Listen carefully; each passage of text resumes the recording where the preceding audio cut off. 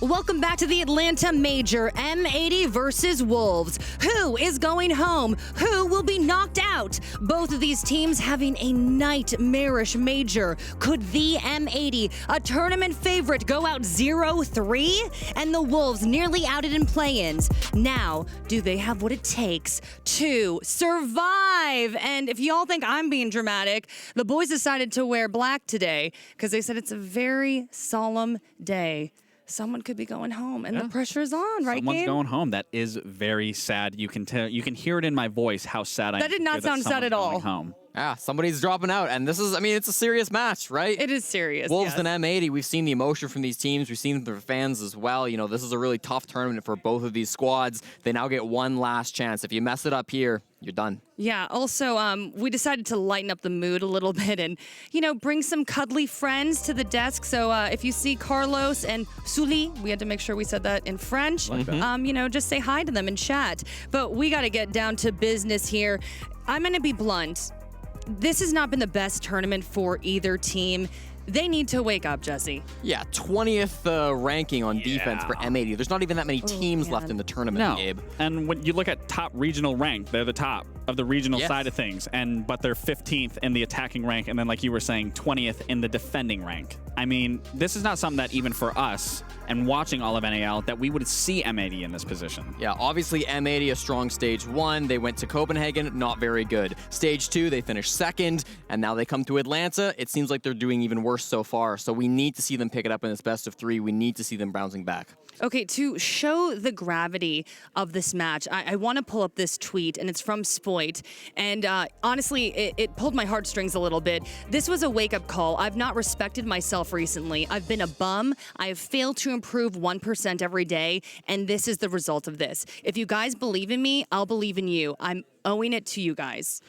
Well, I mean, yeah. Oh, I saw it in your face. Well, Gabe. as a player, I can relate. Yeah. When you're in a tough situation, when you come into a major, you have high expectations, and he's also been a performing player. When you hit those stumps, you hit that bump in the road, it is hard. It's a lot of mental strain. It's a lot of mental exhaustion because it's game after game after game. And when you can't find your stride, it's hard getting out of that. And sometimes you got to put an emotional tweet out there. Sometimes you got to look at yourself in the mirror. But at the end of the day, it's not just on Spoit. His teammates all need to be showing up, and all of them have been struggling this event. So as much as Spoit maybe want to put that on his shoulders, it doesn't matter, because that's literally the point of being on a team, is all 5 or all 4 after that need to be filling in those shoes, need to be stepping up where they can. And this is do or die. So it doesn't matter who wants to put blame on themselves or on someone. Everyone has to show up today. Yeah, but I think it also shows a level of maturity for Spoit to recognize, you know, maybe where he has been struggling, where things haven't gone well for the team. And I think we talk about M80 as sometimes as a very young team, right? Yes. A lot of these players, they're quite experienced now, but it wasn't that long ago where they were kind of brand new onto the scene, maybe hadn't played on other top teams before. And so now for them to have that maturity to recognize in themselves, you know what, we haven't been playing up to our standards, that's the first step to getting better. Definitely. Also, frankly, there will be dire consequences for both of these teams if they don't perform. I mean, I don't want to be so much of a downer here, but that's just the reality of it. I know, Jesse, you wanted to focus on Bibu. Yeah.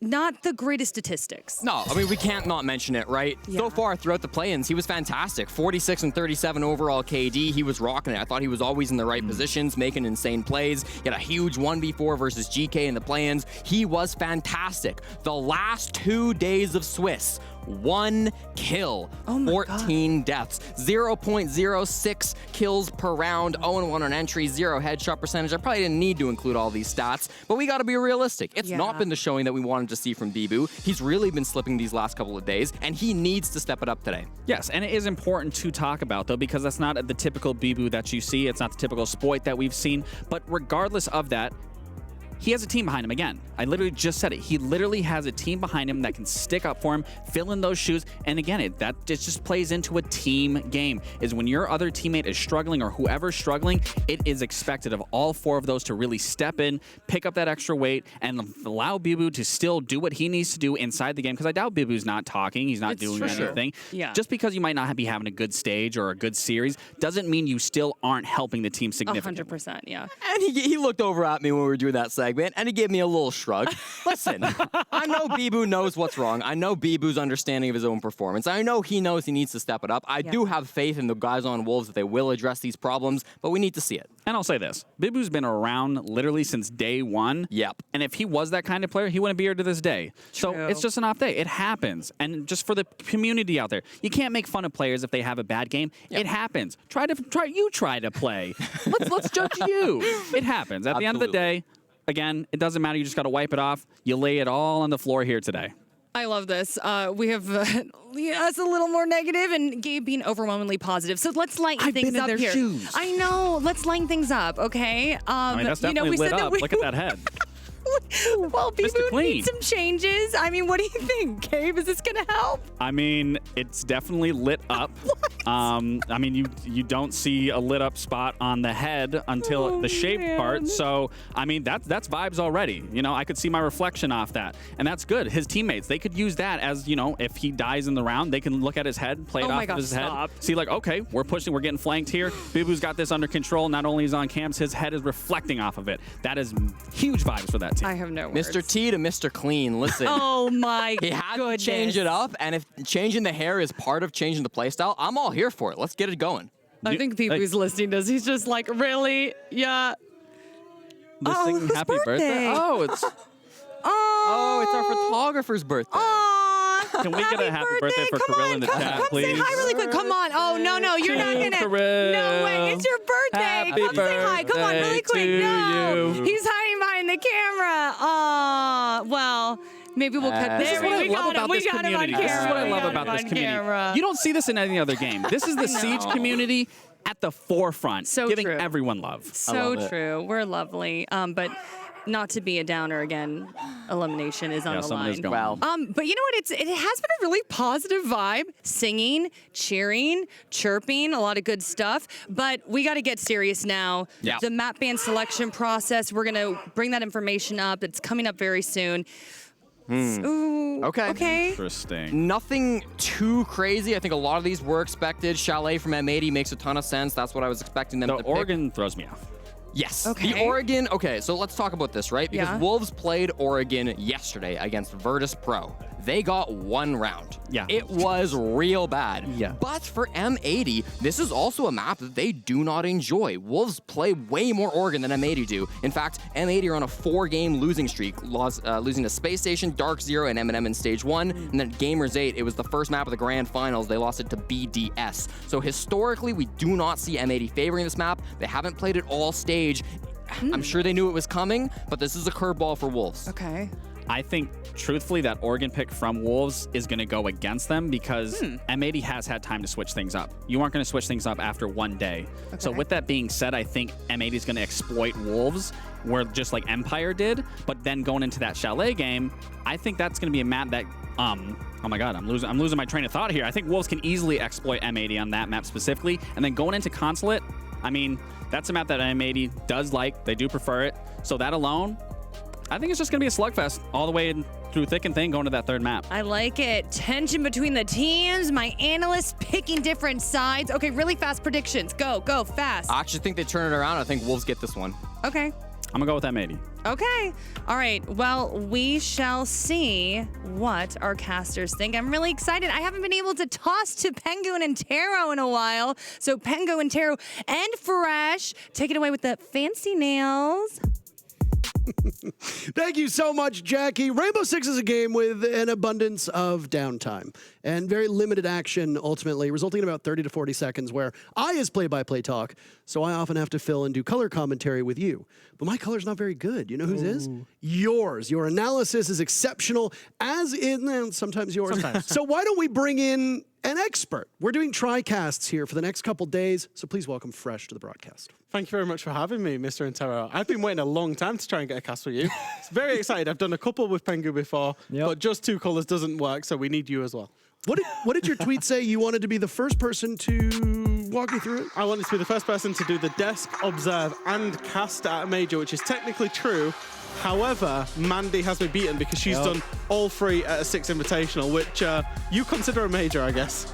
I mean, I do. Do you disagree? I mean, you said it well. You said what? Every SI is a major, but no major is an SI.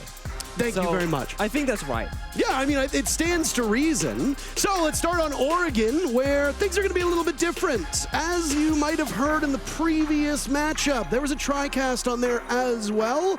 Dev and Mandy were joined by the lovely Foxay, and they got to go through that Scars SSG match. We've got another North American team. Nick, you cover them in the NAL. We've got Wolves coming from Europe. Jack, you and EUL focus on them. Not that we think that there's going to be any bias at play here, no, but it does make you experts on your respective regions and experts across the board. I'm going to jump to you first, Jack.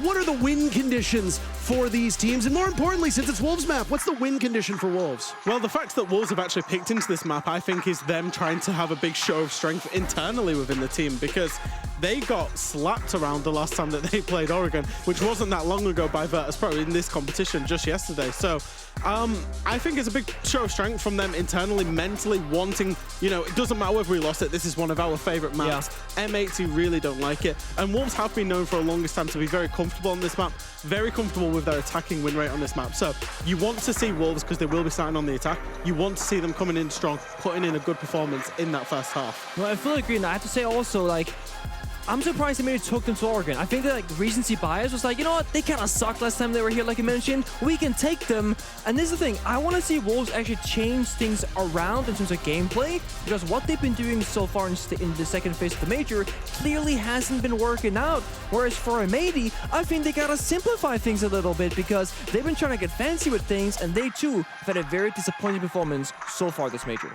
Yeah, I wouldn't be happy if I was either of these teams, and more importantly, one of them goes home. This is an elimination match. Do we lose M80?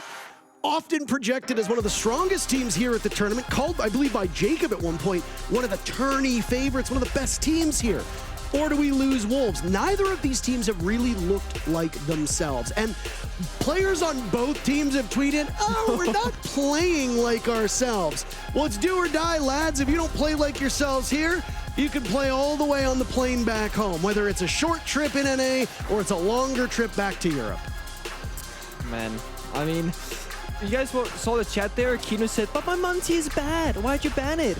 And that's the thing, I think, if you're M80, if you're any team up against, if you're Wolves or any team up against M80, maybe leaving Monty open for Kino might be a wise choice. And I hate to get on the man, but he has had a very subpar Monty performance, given how iconic that operator is for him to play. Yeah, he didn't agree with you on your take on his Monty play. I doubled down on it. I went back in on it in terms of the way he played it. He actually, made a mistake a couple of times.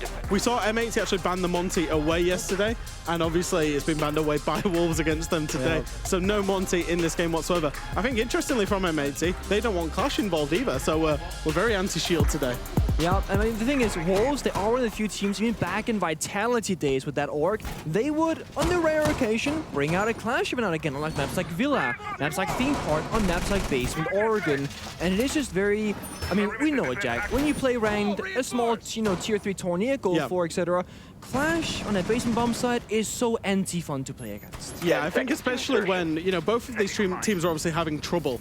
That's why they're in this position. That's why they're facing an elimination game.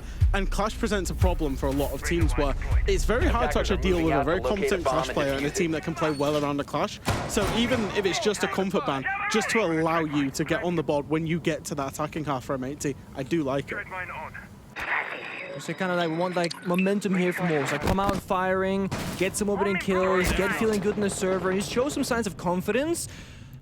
When you're attacking Basement Oregon, unless you're going for a blue rush, you can't really go all that quickly. You're forced to go through the roam clear out the top floor, clear the first floor, open up the hatches, and then hit the side about 2.5 minutes later. But the thing is, M80, they're playing a proactive defense right now. They have Roman presence on first floor, and they even have Iconic starting up top floor, but someone else now is taking that position instead, and Diaz, I believe, so they're actively denying the entries of Wolves. All right, first bomb site down below, and nothing really outside the norm when it comes to the way that these teams will defend the site. Looking at operator loadouts as well, and nothing is all that odd, though I am a little perplexed by a lack of a smoke, especially since Elbow is still opened up. wonder if they'll rotate somebody on over there to hold it. Other than Kino, who's being quite aggressive towards blue. So far, no real action. Outside of that, though, Kino was baiting for early picks, got droned out very quickly by Wolves. They did not decide to pursue it.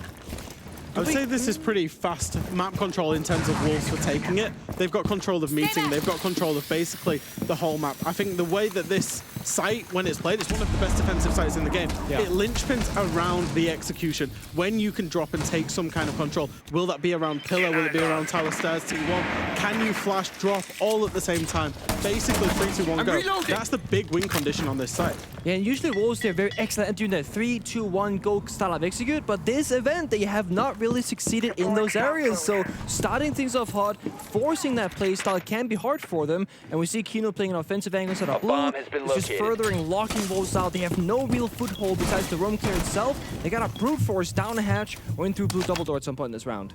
It looked like they wanted an engagement over towards blue again. There's been some reluctance on Wolves to take that fight as a set of logic bombs go off and smokes tossed out from Bibu 2 towards the front of Laundry.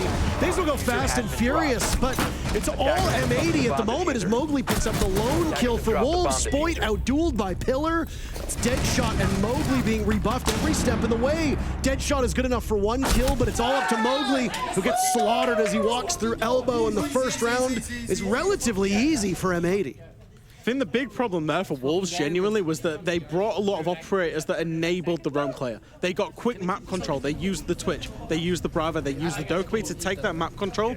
The problem is when you get to the point of executing onto the hatch drop, and when you get the point of executing onto blue and onto Freezer, you haven't got any kind of cheese operator. There's no Ying in that lineup. There's no Capital, no Grim. We've seen teams use Monty, anything that you can to facilitate that drop, to facilitate those engagements and try and cheese a 1.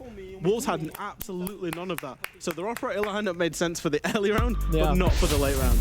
I don't like the fact that you say cheese operators because I don't feel like you're cheesing around by bringing utility to deal with the initial. Is that because you're a Monty main? It wasn't about the Monty at all, but We've been referring to them as nuisance operators. Nuisance because operators, it okay. sounds, Crotch operators? It sounds nice. Oh, okay. It sounds nice. I like to say, like, when you said that the Ying, the Capital, the Grim, that kind of stuff, I say like execute enablers, rather, I would say, because they enable the execute. Initiators? Right? Initiators also a good one, yeah. We have kind of been loosely tossing terms That's a around. very familiar word. Yeah. I've heard that one. Got a little bit close that one. Then you've got your more frag operators. We call those duelists. Coming up with names now, boys. On the fly. But I also think when you're attacking the bombs like the basement, I think the opening kill is also important because it turns into like, okay, if the defenders get the opening kill, you have 5 guns basically in one direction against less opponents. So you really want to play the early picks here. And for basement, it's very difficult because unless the defenders are roaming, you don't have any way to like truly get that besides like a grenade. It normally comes down to a 5v5. Not a bomb change. They go to this kid's bomb site territory, or secondary bomb site rather, and you can loot the picks. Fight and trophy, fight attic, etc. Go for vertical play, and maybe Wolves can fight their way into this round with that opening kill. Let's come back to these operator bans for a second. I mean, I've seen Dokkaebi's presence so far through both rounds, but there's been no Ying, which might change when M80 gets on the board, but is this something that for Wolves could be a more optimal pick? Yeah, absolutely. You know, it usually enables basically a free kill whenever you can get a player flash. And as you can see, no Ying being played. The defenders are not feeling like they're having to play Warden whatsoever. And I think, interestingly, just to add on to the operator bans, because it's a Clash ban, because it's a Clade ban, Azami's open, Fenrir is open, Valkyrie's open, Mira's open, like all of these great operators, Solace, they're all open for the defense. So Oregon's already defender-sided, but I would expect it to be even more defender-sided because of that. I can only agree with you. And I mean, it's a trade here in the second round, so no clear favorites just so far, but map control, M80 reinforcing of that secondary attic wall, kind of bunkering up now, saying we want as little avenues for the attackers into the building as possible, and it's forcing rotation from Wolves. No longer that big tower focus, there's going to be a dining kitchen-oriented push, but without the buck. So with the Callens is kind of removed from action here. They got to walk up a staircase, fish for a kill with, I was going to say Iana grenades, but Iana doesn't have grenades any longer. So that's not going to happen. And there's an engagement down below as Iconic attempting to get back towards security. He's outdueled by Deadshot. Shinka dies at the hands of Diaz. These teams right now both chasing that same numbers advantage, but it's eluding both of them. There are trades aplenty. Kino, who'd done some damage to Mowgli earlier, will get engaged yet again. as Deadshot posts up on top of White Stairs, narrowly missing out on the Azabi and pulling back at the wrong moment. Nearsighted for but a second as Gomez and P4 pick up a kill apiece. Again, we are at these even numbers with 30 seconds remaining. Kino and Deadshot chasing each other, but it's Diaz to die. And now goes Kino as well. Wolves will answer back with a win on the top floor. Where are the crossfires here, Jack? On defense, right? Who's holding top white injury? Nobody seemingly from M80, so they just walk on in.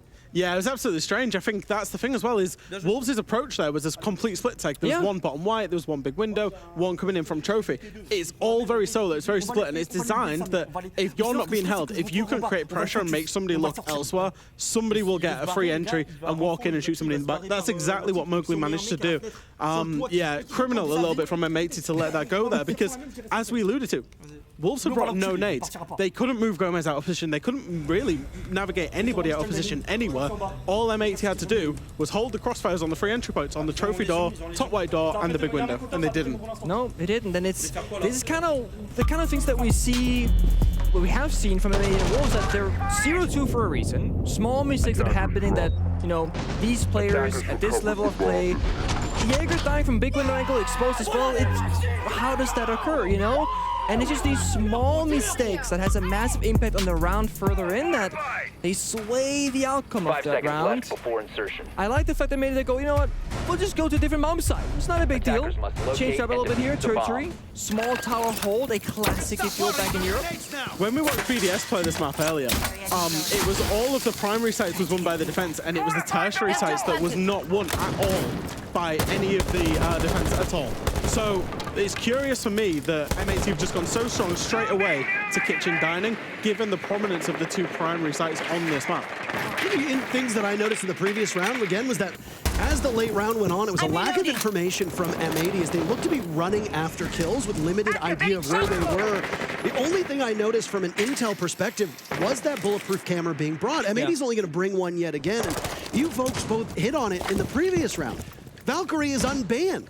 She can be played on every single bomb site in every single round quite comfortably without having to change up the setup and the lineup you bring. Same with Ying, of course, but M80's opting to go with something completely different. Mowgli walks in with all the confidence in the world as that EE1D goes, but this is the world of M80 at the moment. As Spoit gets the first pick, Gomez immediately follows up, and with a minute off the clock, Wolves have bared their teeth, but ultimately been bested in combat.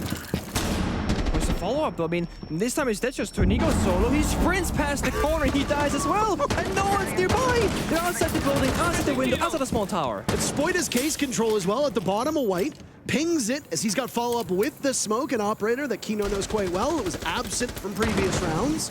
Now, what do you do with Wolves? What do you do? You've got one EE1D remaining and one Twitch drone. You got two smokes, but ultimately utility has evaporated for Wolves.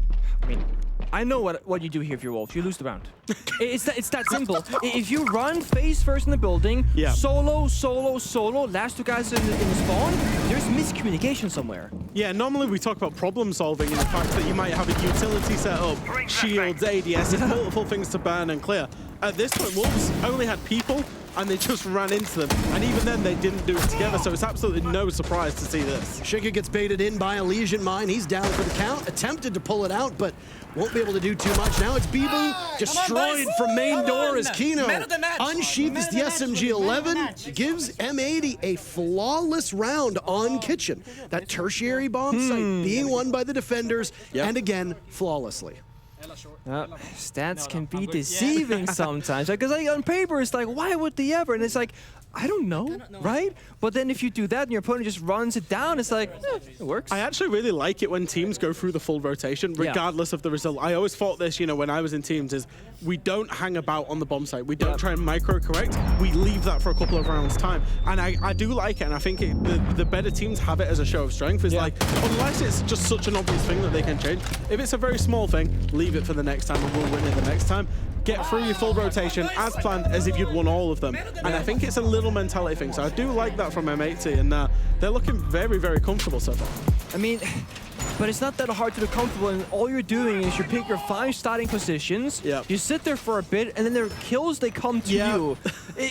You know, M80 didn't look great that round. Yeah, they did. No, Wolves, they look terrible. Alright, sorry. I was just thinking about Wolves and you know, they're not operators that enable the team to try and find and isolate these fights. They ran a line on the last round, ineffective by Shinka. This time we're seeing a Grim and a Blitz, and I think both of those operators can cause that chaos and that drama that we lacked the last time that Wolves attacked onto the basement. I think we're avoiding the word nuisance again, and it really hurts. Nuisance. I will stick with nuisance if you want me to. I like chaos. I think chaos is great. Now, in the previous take on this bomb site, one of the big struggles that we saw from Wolves was this blue hold, right? There was the Fenrir playing in this position. There was a lot of time wasted, drones thrown, and there was really no way to deal with it. Now you've got a different operator to deal with. You've got an Ela with that shotgun at close range at the front of blue, but Wolves have also made a change as well. They're bringing the Blitz, and Bibu is going to hope for his very first kill. Hard pressed to think of an operator better designed to tackle the obstacles that are presented in blue than a shield running you down in Blitz. Yeah, I mean, the idea was that they wanted to go to blue, clear out the shield first, then revisit that position later with the Blitz, but they've yet to do the shield just now. Fingers there, one nade in pocket. If this nade doesn't hit, the shield stays alive. That's going to make the blue push a lot more difficult later on the round, so it's very important that the nade does get the shield, but the Wamaitis is there, does it get it? No. So now all of a sudden, you're in the position, if you're Wolves, you have no, soft breach, you can't clear up that shield, and you might just need to simply not go for blue any longer. So you're forced to adapt. I feel like the Ela shotgun was a really good blitz, a really good read into the blitz, and read into the adaptation. It's like, they want to play a blitz, that would have been, M80 theorizing. If we were adapting, what would we do? Right, we would run the blitz. Okay, Ela shotgun, and we will mow this blitz down. As it is, the Wamai, the shield, it's been a problem that Wolves haven't been able to solve, so we're not potentially not going to see that interaction. But from M80, I love that read. I agree, but the thing is, Shinka has 3 flashbangs left. Yeah. So they did have the option to clear. It's very simple, flash. It is like, oh, buddy, there's a Wamai this clear, and the idea is clear. No, let's just gamble it. It's also going to get Spoit flushed out of this position on Pillar as looks like P4 is itching for an engagement. 4 smokes on the side of Wolves as well, but M80's got the answer, and Spoit on the ward, and down goes the shield. Bibu still without a kill. It's Gomez to fire away, but his vision's obscured at that point. Right now, bogged down in Freezer. Shinka's found himself over by Laundry, slaughtered by Gomez. Mowgli over by Pillar, looking for the Ela. Damage being done by Wolves, and now it's Kino to fall too. Wolves with the advantage. Just over 30 seconds remaining, and an adrenal surge, giving Deadshot and P4 a little bit more staying power. M80 will swing, and not to their advantage. Iconic on the smoke right now, finds himself trapped inside a cover. To get out, he's got some artillery. He can certainly fight his way out, but he reloads exposed to the bottom of Laundry stairs. P4 gives Wolves the round. The way that I look at Siege, and I don't know if everybody looks at Siege this way, but I look at Siege, was the round strategically won, and was the round actually won? Yeah. M80 have strategically won 4 rounds here, but it's 2-2 on the scoreline. The late round from Wolves in just being able to find a way. They've not strategically won that round. They've failed to deal with a shield. They had to just force a blitz through Laundry. Not the plan they wanted at all, but they've come away with the round win again from P4 and Mowgli in that late round. So it's showing a little bit of heart. It's showing a little bit of fight, even if they're not going to be entirely happy with their strategic performance. Yeah, and that's the thing. Like, it's all good and well because if you're Wolves, you're tied up 2-2 now and things are looking better. But if you don't find the openings, you don't find a way to get back to this game strategically, you can only win these kinds of rounds so many times. It's 3 versus 5 on attack. Your Blitz is dead. Shinka down the Hibana. They had the deployable shield still up. And M80, they might have gotten a bit too cocky. They were swinging out aggressively when they had the sight, they had the lockout, they had the mirror windows, they had the deployable shield. They didn't really need to go and do any proactive plays. Just sit back. And I think you're seeing why this is a non-preferred map for M80. Yeah. In terms of the fact that they are getting most of the things right, but the tiny little things that are winning or losing them rounds, they could and should be 4-0 up here. Gentlemen. Spoit went for a spawn peek, and down goes Mowgli. No more adrenal surges, and you cannot get yourself back up, barely out of spawn, and already potentially disastrous start to the round. Swapping mags! That's a tilter. That's what you see in there, is that Spoit against, as he called it, a general pro. Oh! And that's where he gets it. Hey, repair. Mowgli can't feel the starters, but he can feel the headshot coming his way. And that's gonna put Wolves into a position where They lose their self-breach again. No grenades, no self-destruction, just to block for the force of the walls itself, and they have to again be like, okay, we might be able to get what we want strategically, but we gotta find a way. It's almost like the good old way that BDS played on Clubhouse. Couldn't get the main wall opened up, just walk in garage and get 5 kills. They gotta do something silly here. Just sure they get the walls open, but they don't have any uses to force player positions out. I'm really curious as to why DS actually didn't impact trick that ace breach there, because it is going to be fully open. Yeah. As much as Wolves aren't pushing it, I'm curious what he thought that the impacts might be worth saving for, maybe an Osa, in terms of just trying to read and save them. Because obviously, if you can keep that breach closed, you can stop that as a plant position. And you see the ace just open it up. It does get impact tricks there, but it's already open, so it's kind of, it feels a little bit futile. Maybe a bit late as Iconic guns down P4. One of those nuisance operators as Deadshot dies as well. Shinka the only kill so far for Wolves. We're half the round in, and I guess with this meeting bomb site, Wolves have decided, let's get in and hit it quite hard. Spoit dies as well from a similar position as now Bibu still searching for his first kill, won't get it. Gomez and Diaz doubling up in very quick succession, and that's another round for M80. No team has won back-to-back rounds so far. It's true. And if you're Beaver right now, you must be feeling the individual performance pressure because what was he, 1-14 in phase 2 so far before this game started? And it's very hard to analyze like what can cause a player to struggle in that way, right? But if you're the captain and stuff, you might need some help from other veterans, which in this roster no longer here, right? Rise departed after SI. I say this with a lot of love, but that gunfight that he just had when he walked into flag, onto the player into kitchen, it looked like a player that was devoid of confidence, that knows he's only had 1 kill across what? At this point in the last 2.5 maps that he's played. Yeah, I think it's a little bit rough from his personal performance, but you know, I actually spoke to him quickly pre-match when we was waiting to do the desk of the last match. Very confident, very jovial, you know, just business as usual. So he has been around since, you know, day one. He won't let that get to him, but I think in those little micro, you know, the fight at the end there, he's not full of confidence thinking, I'm going to make the play. Now, gentlemen, I'm obviously no analyst here. 5 seconds. Yeah, take the play. But you don't got to be a world champion, and you don't got to be an award-winning analyst to say that Bibu shaves his head and he drops 0 kills. Obviously, he has been zapped of all of his power, very similar to the Nintendo favorite Donkey Kong, who, when he shaves his head, becomes weak and ineffective. Bibu right now suffering the shaved Donkey Kong strap, as we will call it. And simply, he will get better the faster his hair grows out, which for this match might not be very good. I was gonna say, I mean, if that's the case, he's doomed for this tournament. I mean, he's going less and less hair, which means weaker and weaker, when he should be growing it back. And if it really is that simple, I have no future in any professional setting because I am losing my hair every day. You're fighting a different fight, my friend. I am.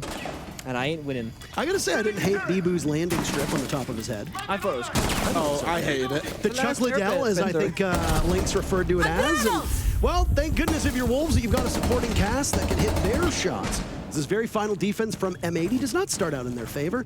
Every single time M80 has gone to this bomb site, Kino has tempted fate on that blue doorway, and finally it comes to bite him as Mowgli gets the first pick. I'm really liking that initiative from Mowgli, because again, if you look at the lineup that they brought, Wolves are not bringing any operators that are nuisance in the late round. They're not bringing any of them. So the fact that they've got in and they've managed to get an entry kill, they can play the numbers game, and that can be the nuisance for M80. Exactly that. You gotta play the numbers and the advantage. And now it's like, M80, they have a choice here. Do they swing out unnecessarily, try and even back this man count to 4-4? Or do they say, guys, we got this, it's fine. We expect Wolves to make a mistake along the path somewhere, and then we get the numbers back anyway? Because that's a tough position that you're in. Wolves now just gotta sit back, breach the hatches, figure out, okay, where's the side the weakest? And you put as many guns as possible either in that specific direction, or you spread yourselves out thin because you know you have, again, 1 man up. All adrenal surges used from Mowgli at this point, likely because he'd suffered such extensive damage in that first fight against Kino. That won't be very helpful when the execute rolls around. Kino's position over towards blue was backed up by Spoit on the Warden last time. This time, same thing. And Spoit now tucked away in a spot affectionately referred to as Harry Potter beneath the stairs as he waits for one of the Wolves to come down from above. There goes a smoke from Bibu. Maybe close off some of the line of sight over towards blue. Spoit with 2 big kills. Iconic cannot collect as Spoit dies to a nade from Deadshot. And now it's tons of gas being breathed in from Wolves. P4, Bibu, and Shinka now stacked up in similar spots as Shinka wants to creep in. A bomb the has been diffuser. located. Only 20 seconds left. Searching for a kill, but M80's not going to give it up. Not so easily. P4 is the cross held now. Bibu taken out. No kill in this half as it's a wraparound, but there's a kill coming in from P4 as Gomez gets 2. Gomez gets the final 3, and the streak finally happens. M80 wins rounds back-to-back, and the first half is theirs 4-2. And you kind of said you saw Bibu on flag in the previous round saying confidence was missing, right? Yep. Bibu could have played all the way back outside blue with the Twitch DMR or whatever, holding a small angle. He pushed in through elbow and just lost the gunfight. And guess what? You cannot cover 2 or 3 different angles as a single person in that plant position. Spoit actually made a really important play there. You're going to see it in the replay. Got the double kill and was traded out by a nade. We talked about the nuisance to M80 being that man advantage. Spoit equaled it, made it a 3v3. Because as defense, if you're in a 3v3 and time is low, you've got the man advantage now because the attack has to plan. And as soon as the attack has to plan, 2 players covering against 3 players trying to push that plan, there's always going to be a gap for the defenders. That's exactly what Gomez found, because as soon as he got that kill, he could then swing around and get the kill onto the planter. So Spoit started that off with a really big individual solo play. And again, that's playing a very tricky position because you've got to decide where you want to be. Do you want to be tucked by the pillar? Do you want to be in Harry Potter? Or do you want to be in Shaiko? Spoit's played the right position there, got the double kill, and set that round up so his team had a chance of winning it, which they duly did. The crazy thing is that Deadshot actually tossed out a grenade on that exact player position, but was kind of, they mistimed it by like 2 seconds. Had they waited 2 seconds, and they would have popped. Spot either runs away, gets shot, or he dashes the grenade. Instead, they tossed the grenade kind of semi-cooked. They walk down the staircase, they walk in blue, but Spoit gets both kills before the grenade pops. So small mistiming, but a great opportunity seized by Spoit, like you mentioned. And again, equalizing those numbers, so important. Do you know how, you brought an analyst onto the broadcast? I had to quote a couple of stats. Okay. I was hoping Wolves won that round because over the last 9 months that Wolves have played Oregon, they've had a dead 50% attack win rate. Okay. And they would have had it had they won the round, but no, it's gone a little bit imbalanced now. Small change up here on both sides of the equation. M80 bringing a Ying, an operator we talked about, who escaped the ban phase. On the side of Wolves, an Oryx shows up, a Soulless shows up, a Capkin also on the board. This is a laundry supply defense, and you see how extensive this roam is from Wolves upstairs. Kino gets in, dies Bibu, and Spoit goes down now, so the advantage for Wolves goes back, but P4 is being chased over towards laundry. Out go the Candelas, and P4 will have to swing for the fences, but Kino's good enough for a second. A 3v3 with the top 4 now seemingly in control for M80 as they'll go to work with half the round to go. How do you like the scenario, Jack? You're a 3v3 on a basement attack, whereas like usually we go, that's defender favorite, right? Yeah. But 2 of your 3 attackers, Grim and Ying, those nuisance operators, they really break the bombs if they want to, but you don't have a heart breach. Actually, I lied. You have a heart breach kind of stuff. And then just to add on to that as well, if you look at the defender lineup, there's no C4s, there's no defenders that you're thinking, it's okay, we can let them use that Ying to drop and we can then play for the retake. You kind of got to fight it, and I think that's why you're seeing Deadshot take such an advanced position. Kind of curious as to why he wanted to be on the Oryx, because normally when you see the basement, when you see the basement defended, it's normally a lot of operators that facilitate. You're seeing your Warden, you're seeing your Jaeger, your Wildman. Basically anything that stops the things like the Ying, the Capital, the utility in the title. So interesting operator lineup, and it's a very interesting situation. Might just hit it now. As Kino's got the Candela primed and ready, it'll get opened up, and there's one Candela to go over, but Kino looks the wrong way. Iconic for the follow-up, but that might be some friendly fire with those Candelas. Diaz eliminating Deadshot. Mobley attempting a double. He can't do it, but Shinka might be able to. Tears through 2 players of M80, and now it's Shinka and Diaz in a 1v1. With Diaz taking some damage, Shinka just needs to wait with 30 seconds left. At opposite ends of the world at this point, Diaz unleashing the bees. The final canister will go out, and it now pushes Shinka into a position, but Diaz will attempt the fake out. Around the corner he goes. Back turned from Shinka, but Diaz reads into it so well. 3 in a row from M80, and they win their very first attack. What a back and forth, I gotta say. What a round that was. Individually there, Diaz has played that beautifully, by the way. Yeah, he did. So he sent the Grim bees down highway, so the Wolves player could not be playing close to the highway door. So he knows that he's either in the closet or close to the closet rotate. He then gave him the footwork, and everybody knows that plays down there in those 1v1 situations. the drone hole creates a sound kind of propagation that's a bit of an issue. Give him the footwork, and you know he's got to be at the rotate. He has to swing at some point. Gets him. Really well played by Diaz. I do agree, but at the same time, defending side, they had a bulletproof camera up that saw the rotate. Yes. And I was like, oh, you have the intel. You can actually play this in so many ways. You can run back towards laundry. You can try and, you know, get past the cross towards the hallway, or swing the rotate. And he goes with the immediate wide swing, but it's like that's exactly the angle that your opponent is holding on you, and you kind of know it because the camera sees that. So puzzling 1v1 to end it off, I feel like. You dominated map, bro. This is all fucking map. Listen, no fear, bro. No fear.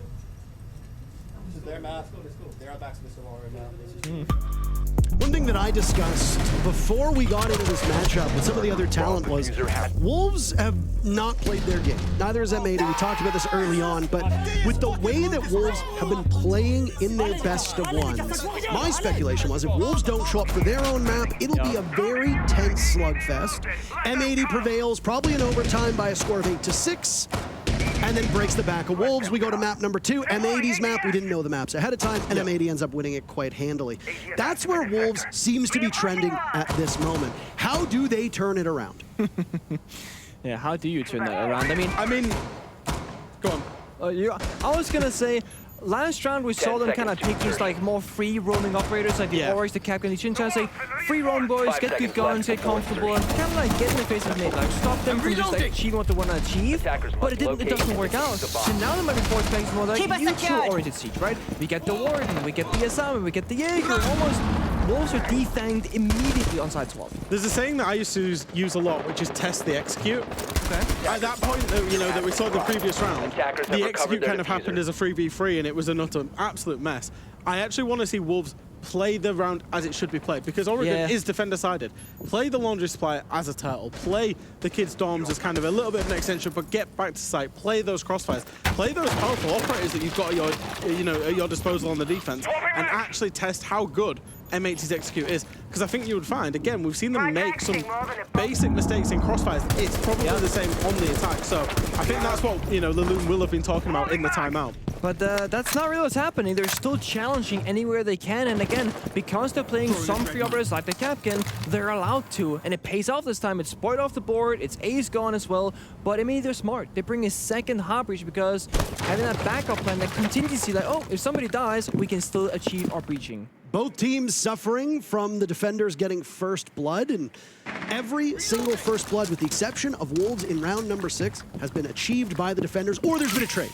So the fact that these teams are having such difficulty getting in the map, droning things out, and both of the teams on defense are so interested on taking those early engagements, means you need to be a bit more cautious with how you approach the map, so you don't suffer at the hands of an aggressive Wolves, as they're going to be the ones riding out defense for the remainder of regulation. No think either, so the health that you lose, the health that you have, you're up against Capcan this time. No traps popped just yet, and M80 are pretty much locked out here, Jack. I mean, they're repelling out of the building, they're droning, etc., and no one's even inside the house as of yet. I'm curious as to where the execute's going to come from. I think it's going to have to be double window, white stairs, and then 2 through Master and Trophy. But even then, Wolves have got the 5v4, as we're going to see the hard breach coming in now. I think they're going to have to try and create some kind of pressure.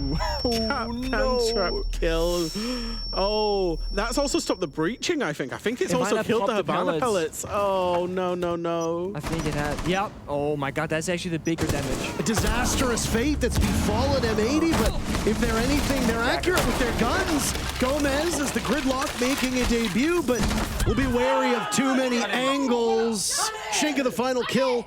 The timeout from Wolves prevents M80 from moving to match point on Wolves' map. This was a desperately needed round for the European squad. I mean, that's also with 2 Capcan attempts going off. One with the kill, one with almost the kill as well. Maybe play some more Capcan. Yeah. 3 rounds in a row right now as there's a Capcan being hovered by P4. Defenders cannot choose operators during the prep phase the same way that attackers can. And as the timer hits 0, it will be 3 for 3 with Capkin showing up on defense. Again, just kind of lending some credibility to the fact that both teams on attack not paying respects to the way that these defenders are holding the map. If you're not droning out your opponents, if you're not droning out doorways with plenty of time, frankly, you're going to get punished for it. You should also expect some of that to be happening, right? If you see a Captain on the board, you can expect the Captain Trap on the closet doors. It's always there because you know you gotta walk in, hold the trophy angle, and step to your left and hope that there's nothing on the door. There's always a Captain Trap there, every single time. That's 3 traps, by the way.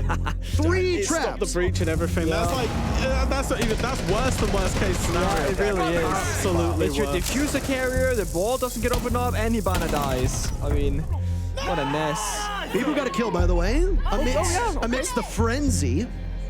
Let's go, people. He's on the board. Now, Jack, you said test the execute. You might be thinking, there is no way this is a basement defense. Yeah. But you'd be wrong.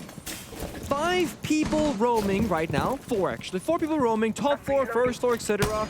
Looking to deny entries, and normally I wouldn't be against it because I like when you challenge it. It's just that I feel that Wolves will not be able to find that middle line. That's okay, we've done enough, now it's time to fall back. It's the same lineup they brought the very first defense as well. Every player on the same set of operators. So what do you change up to ensure you don't get isolated and picked off the way that M80 did it? I mean, you gotta have your system, or you gotta have your stop position for people like top floor, hatch opened up, you gotta drop down. And as long as you have like a link, so that when people drop, someone can help them get to the next level, because meeting hatches open, that's your end goal, that's your way back to the bomb side. So you need to escort the layers. So Bieber's the first man in line, he drops, he joins that shot, they fall back together. P4's alone small tower though. Mowgli gets lead-off pick yet again. Spoid and Kino removed as the double T5s worked their magic. Iconic has also been downed. As this is not going well for M80. Diaz, the only person left with a pulse. 1:40 still on the clock, though Iconic is retrievable. But if you're Diaz, you have to be wary of where Wolves may be. They could simply bait out your recovery as he gets to Iconic in time. Did he fall off the roof? I honestly I think not he fell sure. off the roof. He must have, because if somebody injured him, they would have confirmed the kill, right? Surely. That's a little bit, I think what M80 tried to do there was try and find the gap, because obviously there's a big entry in terms of the roaming. Spoik tried it. He tried jumping in that green window on the Dokkaebi call, and it was kind of 3-2-1 mini execute to get somebody through the gap and into sight. It's not played out. I think Mowgli had a very good read into that's where Spoik would come from. Obviously got the entry kill. I also like the fact that the second they got those kills, 4 members fight to side, and it's just 1 member roaming right now. It's P4. P4 was getting their attention over towards White. Both players from M80 bogged down, trying to figure out where he may be. Iconic going down Freezer as Diaz watches from above. They're still wasting a lot of time. Iconic meets his fate at the hands of Mowgli, and now it's Diaz. Try and stop a flawless round. Wolves have been looking better and better since this timeout. They've got some confidence. And honestly, that round, Mowgli showed up huge. 2 in a row from Wolves. They're 1 round away from tying things up on their own map. And this is typically when Wolves did look their best. That is when Mowgli is doing well. Individually, I mean, Deadshot Mowgli is fine to 1 apiece, and then we assume that Iconic fell off the roof. He was having a bit of a laugh there, so maybe that is what happened. I love the pressure of elimination matches, because we've seen a lot of trash talk over the last 5 or so days. From Mowgli, that looks like really stressed trash talk. It's like these guys are like, oh my days, like we have to get this right. Even though he's trying to trash talk, there's a little bit of shakiness in that voice just there. The thing is, if you're trash talking in French and you're up against like a quote-unquote North American team, it's like they're not gonna get much of that. Yeah, it was the same with Scars in the last game, all Japanese.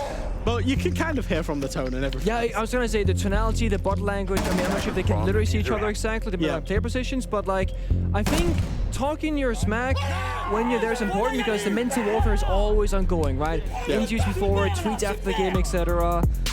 And you'd think that, mental side is not a real thing. Who cares about people talking smack on social media? It's like, you care. Right, you're a player, you're in it. Some other pro player that you don't like a lot and who's beaten you before, he talks, smack on social media. You can be like, I'm not gonna take that. I want to beat this guy. Smack on social media. You almost done it. I almost. I didn't know Smack started with SH. I mean, I'm foreign, man. We just mixed it together. You caught yourself. That's I all did that catch matters. myself. Defenders still leading the way on these opening picks, and I feel like though we haven't seen the first bloods over the last 2-3 rounds, The way that Wolves are playing, you have to imagine it's a kill through a window, it's a kill through a door. It's not M80 getting in the building and being defeated. It's Wolves running out, or at least taking advantage of an angle from inside. Oregon is not a particularly big map where you're always wary of outside angles like the old Consulate or like Bank or even possibly Clubhouse. Yeah. The fact that this keeps befalling M80 is a bit worrisome. But I feel like they found the way that they need to approach this map right now for Wolves, and that if you just keep on this trend of playing like in your face, extend far out, and keep applying that pressure towards M80, they might just find like the winning formula for them. So I like the fact that they keep repeating this, at least until it fails. Oh. That's a Magnet catching that air jab, so another will have to go down to prevent the flank on main stairs. M80 favored the gridlock last time around, but I don't think the operator was as optimal as they wanted. So now, instead, they bring the Nomad. A nice Amaru on the board as Gomez slingshots up to tier 3. And with this being a meeting hold, taking Attic and taking that portion of the back of stage is incredibly important. Gomez will be a very pivotal player to do this. It's all on. This site and both of the meeting sites have an upstairs execute and then a site execute. So it's all on around whether M80 win this upstairs execute. They started off well. And the attackers get on the board first, though. Kino dies to Mowgli, and Shinka gets one as well. Mowgli, a huge two-piece. A Spoit eliminates Mowgli playing above. They'll need to follow up on it. Spoit has access to the diffuser. Will have to link up with Gomez at some point. Bibu, who broke that goose egg, now looking for more than a single kill. Positioned over by stage. Gomez nearsighted before flashing on down and will now assert himself over towards Attic. Spoit getting the confirm onto Mowgli. Still holding that diffuser. Both players from M80 low on HP, and that is frightening. They got soft lock control, but they don't have any soft breach, right? The RAM is down, Kino's down, that has secondary soft breach gadgets, so they got the mini execute correctly done, arguably. They got what they wanted, but they can't do anything with it now, so they'll just walk down the staircase. There's a flash, but Gomez almost does it to himself. As nobody from Wolves is really itching for an engagement, and why bother? You've got the clock working in your favor. Spoit to drop the hatch as Gomez is near white stairs. Spoit goes in. Both members of M80 wiped out, and we've got a tie game as that's 3 in a row from Wolves. Wolves are actually really competent at defending this map, and I talked earlier about the tertiary sites. Obviously, we just saw it there from them. They're not a team that doesn't like defending that kitchen meeting site. They're now on a 60% round win rate, which for a tertiary site onto Oregon means you're winning it, you know, let's call it 50, 1 in every 2 rounds. Okay. That's basically guaranteeing Wolves a 4-2, a 5-1 half most of the time. So in this game, it is 5-5 now, but Wolves are now going to get to go back to Kids Dorms and Laundry Supply. Yep. And that's the thing about Oregon is you do have 4 playable sites, so you can change things up. The downside of losing is that you're forced into a less than ideal scenario eventually. So this round right here for Wolves is going to be probably the most important, besides of course Matt's point to win it all, because this upstairs hold can be very tricky for most teams. I think a lot of people say like this is like the secondary bomb site, right? I almost feel like it's sometimes the tertiary because it's just undefendable essentially. When attackers they go below, they play 2 sets of grenades, you have nowhere to play, etc. on the bomb site itself. That's usually how it plays out in like a standard game of Oregon, but this has not been a standard game of Oregon. I mean, that's a good point. We haven't really seen any play underneath with nades. In fact, nades have really not been much of a focus in any part of this matchup. It was referenced in the first half, how the lineup from Wolves on attack was absent nades multiple times. That's quite abnormal. Is that you saying that nades need a buff? Oh, okay. Hold on a goddamn second here, okay? They seem that is weak. not what I am saying in the slightest. That's what I heard. Well, you can hear whatever you'd like. I mean, pro players play what's best. If they're not playing nades, then nades aren't good enough. That's how I see it. I mean, there's a reason why Finka and Gridlock's pick rates have skyrocketed, and it's not because they weren't changed, that's for sure. Touche. Thank God for Isami, though. Moki was called in a bad position. Big tower repel and armory window repel kind of locking him out, but they're still fighting for the ground here, not giving anything up for free. Killing Jones, doing some damage, falling back, but both players are Moki suffering a fair bit of damage to their health bars. I hope the Wolves basically do test the execute, as I was talking about earlier, that they don't really try and commit to many gunfights. Because look at this lineup for the late round. The Azami, the Fenrir, the Valkyrie, the Warden. You know, it's only the Jaeger. If Deadshot runs around and dies, okay, fine. But the other 4 are going to have massive utility into that late round. You've seen Bibu's even saving an F-Knight in the pocket, which again, if one gets destroyed, you know, say one White says, get it back up and running. The attacker's not going to expect that. So, yeah, I hope they test that execute. Trying to buy time with the Bees now inside a trophy as there's a vault on in from Gomez. Mowgli, the first pick yet again. He's been phenomenal finding those openings, but he doesn't have more than a single kill, as Diaz will outduel him with just a little over a minute to go. The Azami at this point has likely got down most of those Kiva barriers. You are a gun and a good gun at that. That's really all you're going to be able to provide value-wise. There's Deadshot to the action. Kino and Diaz dead inside a bedroom as Gomez, the top of one stairs, languishing in that position. He's got his hands full, and it's Wolves to win yet another unmoved map point. And that was the important round that they needed. Right now, they go on match point, or map point, should I say, in the best of 3, but they found the way to break these rounds apart. It's the crossfires, the proactive play, being in your face, and we saw Deadshot make a flank on the Armory staircase, and then his teams, they push up with him, so there is a trade happening at worst. I was worried. I was really worried, because normally, and I know that me and you would get this right in our ranked stacks, okay, we would have a flank drone. It's somewhere in flank, somewhere outside lobby. How's that happened at pro level where there isn't a flank cam? I saw Spoit constantly flicking the cams because he was the one dead player in that 5v4, and I thought Deadshot's gone way too early here in terms of the flank. As it was, there was no flank cam, or it wasn't being sat on, at least, and he's managed to pull off the flank, get himself into master, get double kill. Huge in terms of winning that round. Yeah, but it's a gamble, right? Because when you're not playing solos in defense, you gotta be like, is there a flank cam, or can I just not find it, right? All I thought was if they know, they can just pause, they can get this man advantage back to a 4v4, and then go from there. As it is, like I say, they had no idea that he was flanking, and he's pulled off a great flank there. I mean, P4 and Valkyrie for the first rounds here, and they just had the intel, so you know what? They're here, let's go for it, that's full send. And again, it wasn't just Deadshot flanking, he did have a person swinging that trophy door as well, so at least, as I said, they are going to trade 1-for-1, most likely worst case. Completely different lineup from Wolves now in this laundry supply basement. Yep.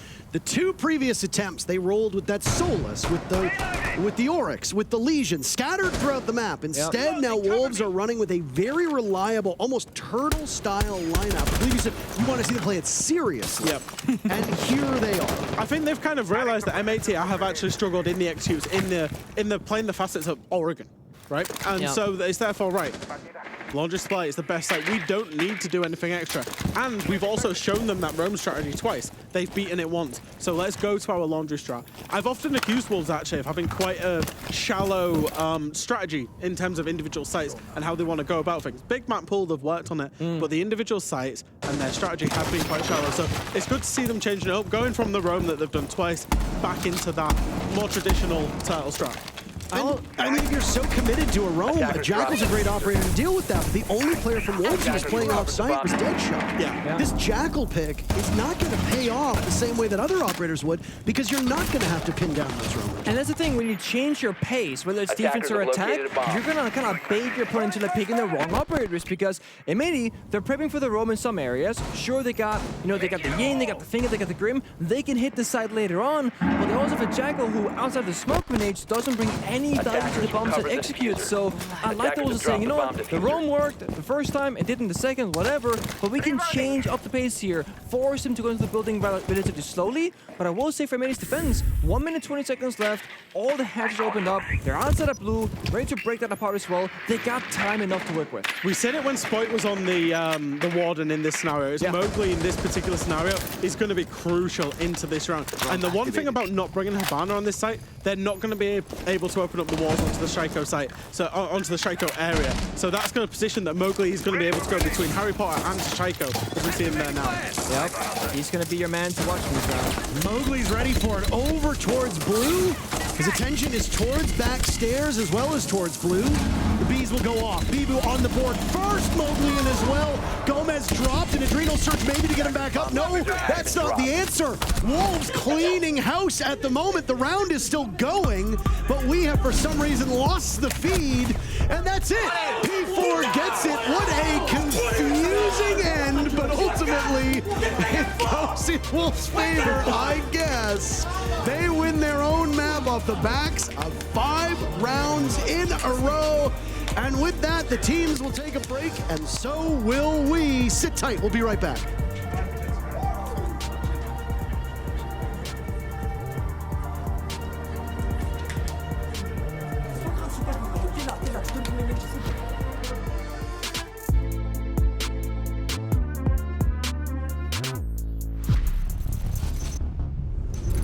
Hi, I'm Joshua Mills, and this is Siege Intels.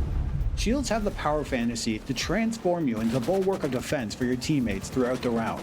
They can also help you take map control, hold angles, keep your opponent's attention, all while opening up windows of opportunity for your teammates to make that perfect execution. The current systems of our Shield gameplay do not embody the player fantasy that we're trying to achieve. That's why we're reworking those systems and resetting the foundation of what it is to be a Shield operator and who can be one. It is and has been a long process. We want to change their use, but without breaking the current state of the game. And this is why we've decided to move this feature to a later date. But you can help refine this change in a special test server next season. More information will be shared at the reveal panel. Tune in.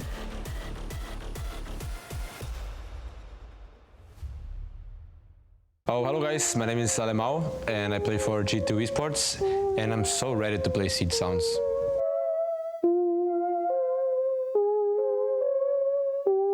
How I know the game? Perfectly, I'm professional guys. We are not here to have fun, it's just the job. You think you're going to beat the other teams? Probably not. How well do you know the maps? I mean, I like to think I know them perfectly, to be honest. I mean, if I hear something about maps, every maps, all the game, I will. It's easy for me, like this. Okay, are you ready? Yes, ma'am. I was born ready. Yeah. Let me vibes on it. I need to feel the sounds. So I want to say it's bank. It's border. In the sky, it's a helicopter, easy. And I think it's helicopters in border. Oh. What? Tank? You're kidding me. There! It's border. I want to say it's border. Must be border again. It's border again. Can't fool me. Knew it. Because of the sound I hear, I think it's like, could be Chalet. It's fucking Jason, the guy with the... He's not Siege. If I had to go with a map, I'd probably say Oregon. Theme park.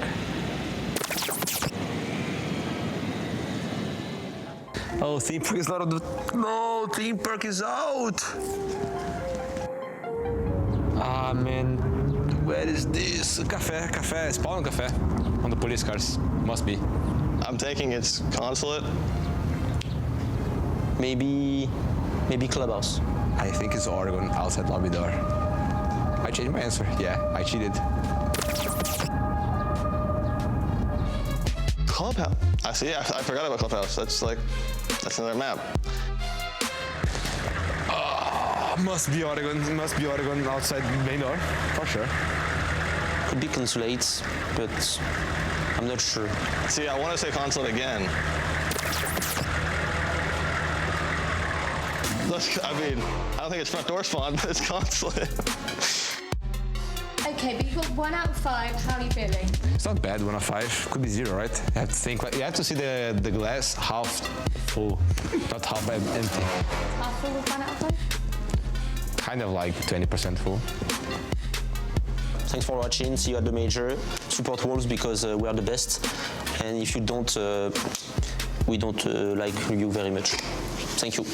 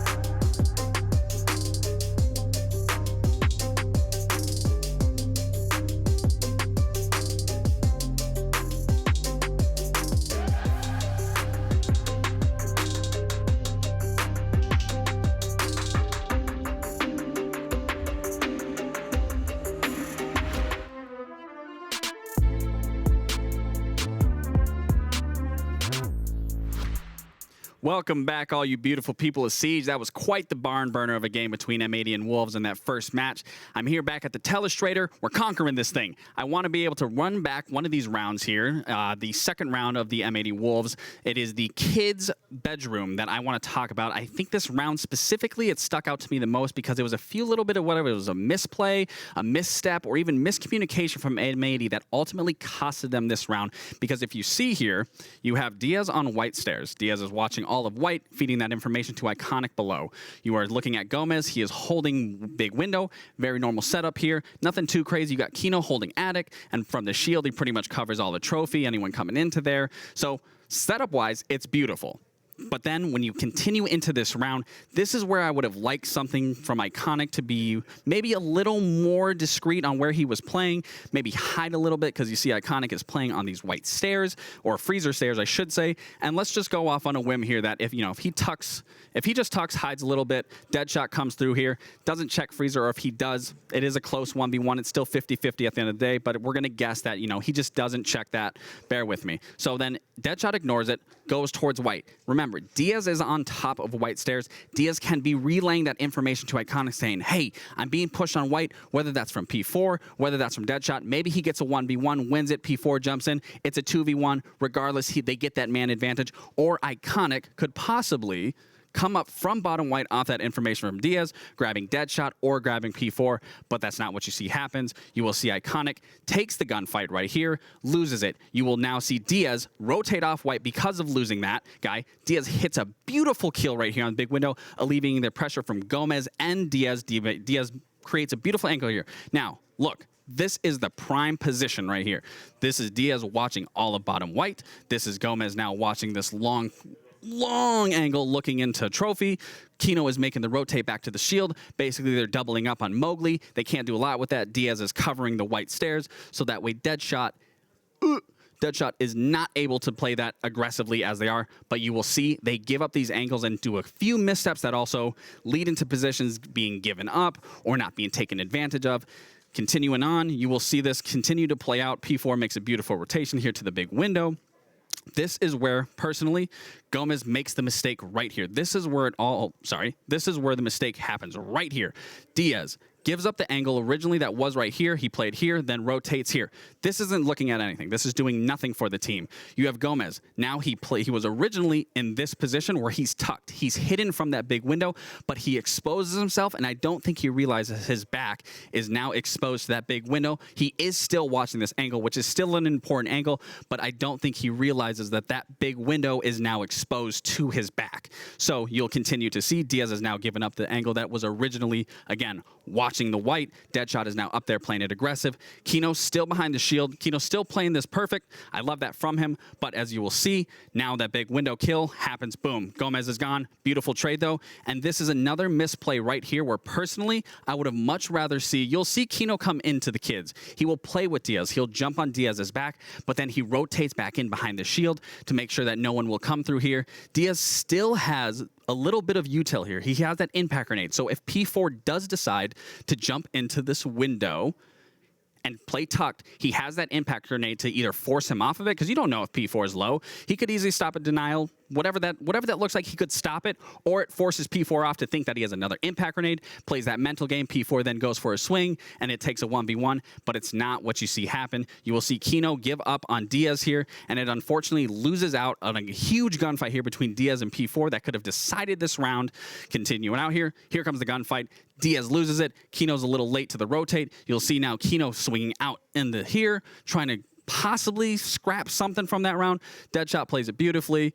Maybe he could have helped P4 just a little bit, but he does end up closing out the round, grabbing Kino right here. And this is why I wanted to break this down, especially with Wolves getting that game or that match specifically, because this is the thing that we've honed in on Siege, is these small, minute mistakes that cost rounds, whether it's a huge misplay from round, but oh my God, I'm losing it here. I had it, but anyways, it's just those small mistakes that cost rounds, but this is the reason why I want to break it down. It stuck out to me. Hopefully this gave you guys a lot more insight. Let's throw it back to the desk and see what the next map is going to look like.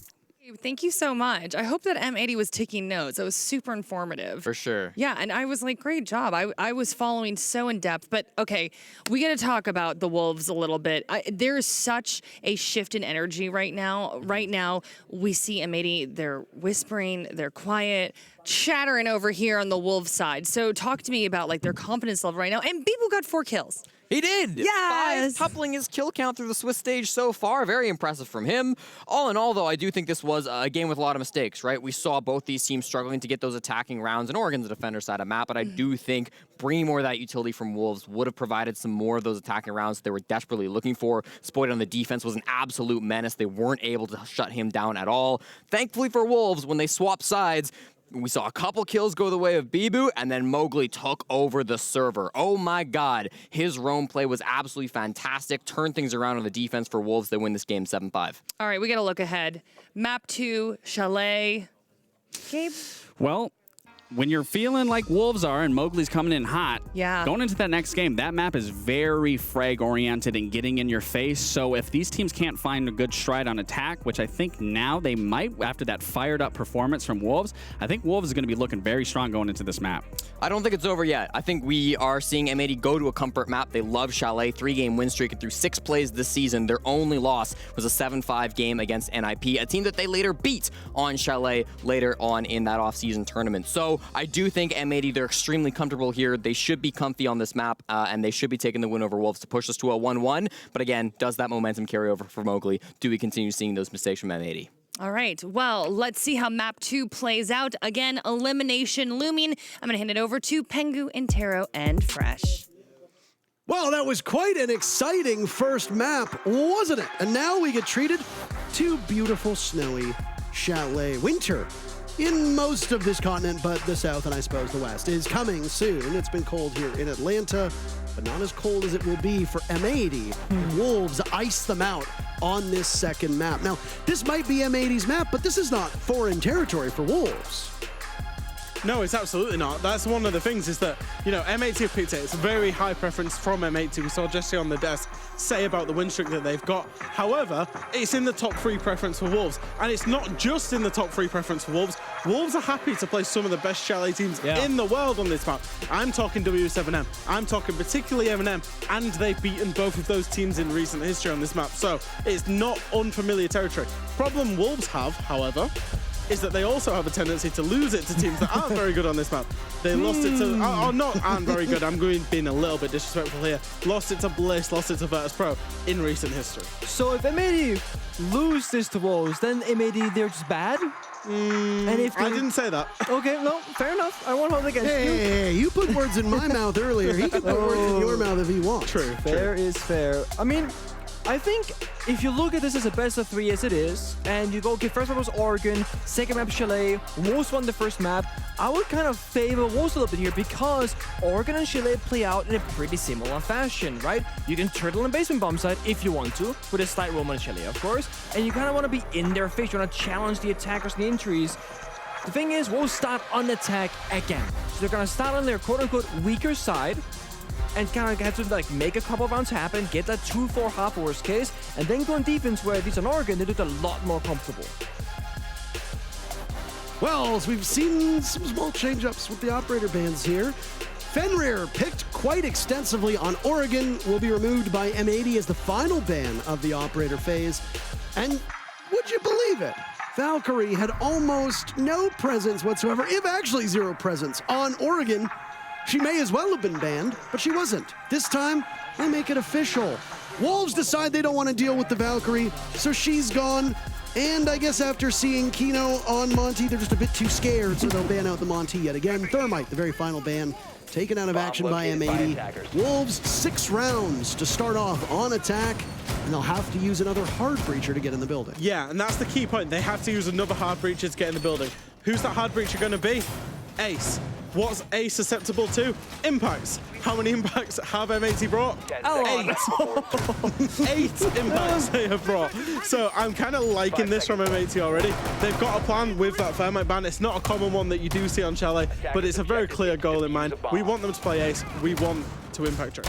M80 went down to the Pokemart, stocked up on some Ultra Balls, and they'll try to catch all of the Heart Breach that Wolves trot out. Not to also give up the fact that they're great for rotates. Yeah. And if necessary, they can do some pretty deceptive damage, especially against shield operators. If you bring an Osa, what works out well? Impact grenades. Yeah. If a Blitz comes out, you can chunk away a great deal of his HP with an impact grenade. As we saw in Oregon, though, Mowgli's just so damn good at getting these opening picks, and will do so again in the very first round. Diaz on the castle will be no more. That's within the first 30 seconds of round 1. And this is where it gets scary for Midi. When Mowgli's getting like fired up and he goes into the second map already fired up, you gotta shut him down at some point. Otherwise, he's gonna take this game and just run away with it. I say this all the time about Mowgli, but about Wolves is that they play a 4v5 game. Mowgli does what he wants, the rest of the team play. If he's absolutely hot, he opens rounds for them, and then they can look even better. It's when they're at their best. Did you not see the drone just sitting there right in front of Gomez? He's completely blind to it. Taking a bunch of damage and just some, not necessarily bad gun skill, but lack of confidence there. The remainder of Gomez fought from dead shot, a swing from Iconic still in this position, but Mowgli's good enough for a second. His adrenal surge as well, helping the rest of the team. And now it's Kino lined up, looking for single taps towards that office door. He's not going to hit anything just yet. There's the ace that you spoke of. Now working to open up the office wall. This is a kitchen defense. Yet M80's extension still upstairs. Both Kino and Spoit were in a similar spot, which means that the bomb site is technically free for the taking. Down goes Kino to Mowgli. His action is unpredictable. Spoit battling not just to refresh rate and all the stutters, but his aim as well as Mowgli dies. And there's 3 remaining for Wolves as they can barnstorm towards the bomb site. Spoit will use one of the 8 impacts that were available to open up a line of sight, but it's Bibu to do something that took him 7 rounds to do on Oregon. Get a kill. First round goes to Wolves. Really, really smart executing the 3v1 because you can't underestimate actually how hard that is. Yeah. And the reason that the teams were fighting so hard for the top floor was the fact that M80 had pre-opened up all of the vertical on all of the plant spots. Now that's just a quick tip for anybody watching at home. If you're defending that site, do that as a defender because it's really good. But obviously we saw Bibu get the kill in the end. But what the key thing for me was that he actually smoked, and the plant spot was a slightly off plant spot in the smoke because Spoit obviously tried to get the smoke bang through onto where the default would be. And that's really important because we've seen it lots of times where if a player is above, obviously they can deny the plan.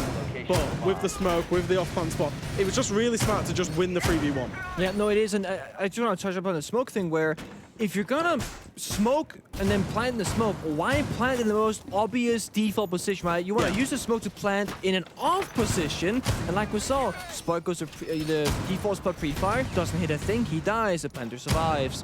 But I like the fact that they were opening up the floor, kind of playing it like a border ventilation defense, one from the floor above. They brought out 8 impact grenades. We saw basically none of them being used, which was a shame.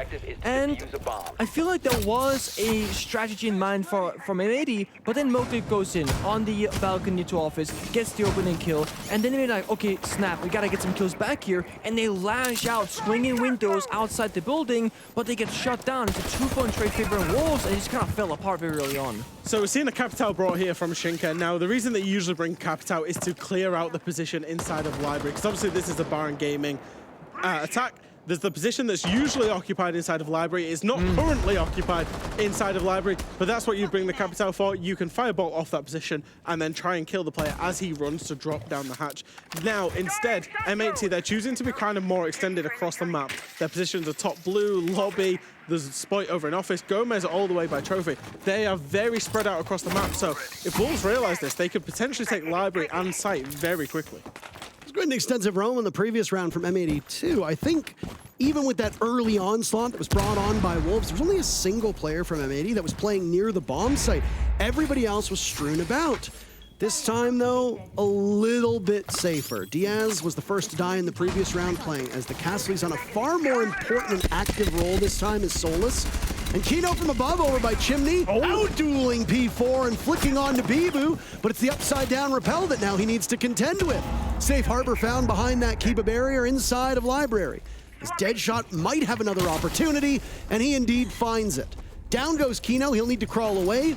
This could be secured if Wolves can drone it out. A nade will go in instead. Oh no! And Shinka gets the kill before Mowgli destroys him with his own nade.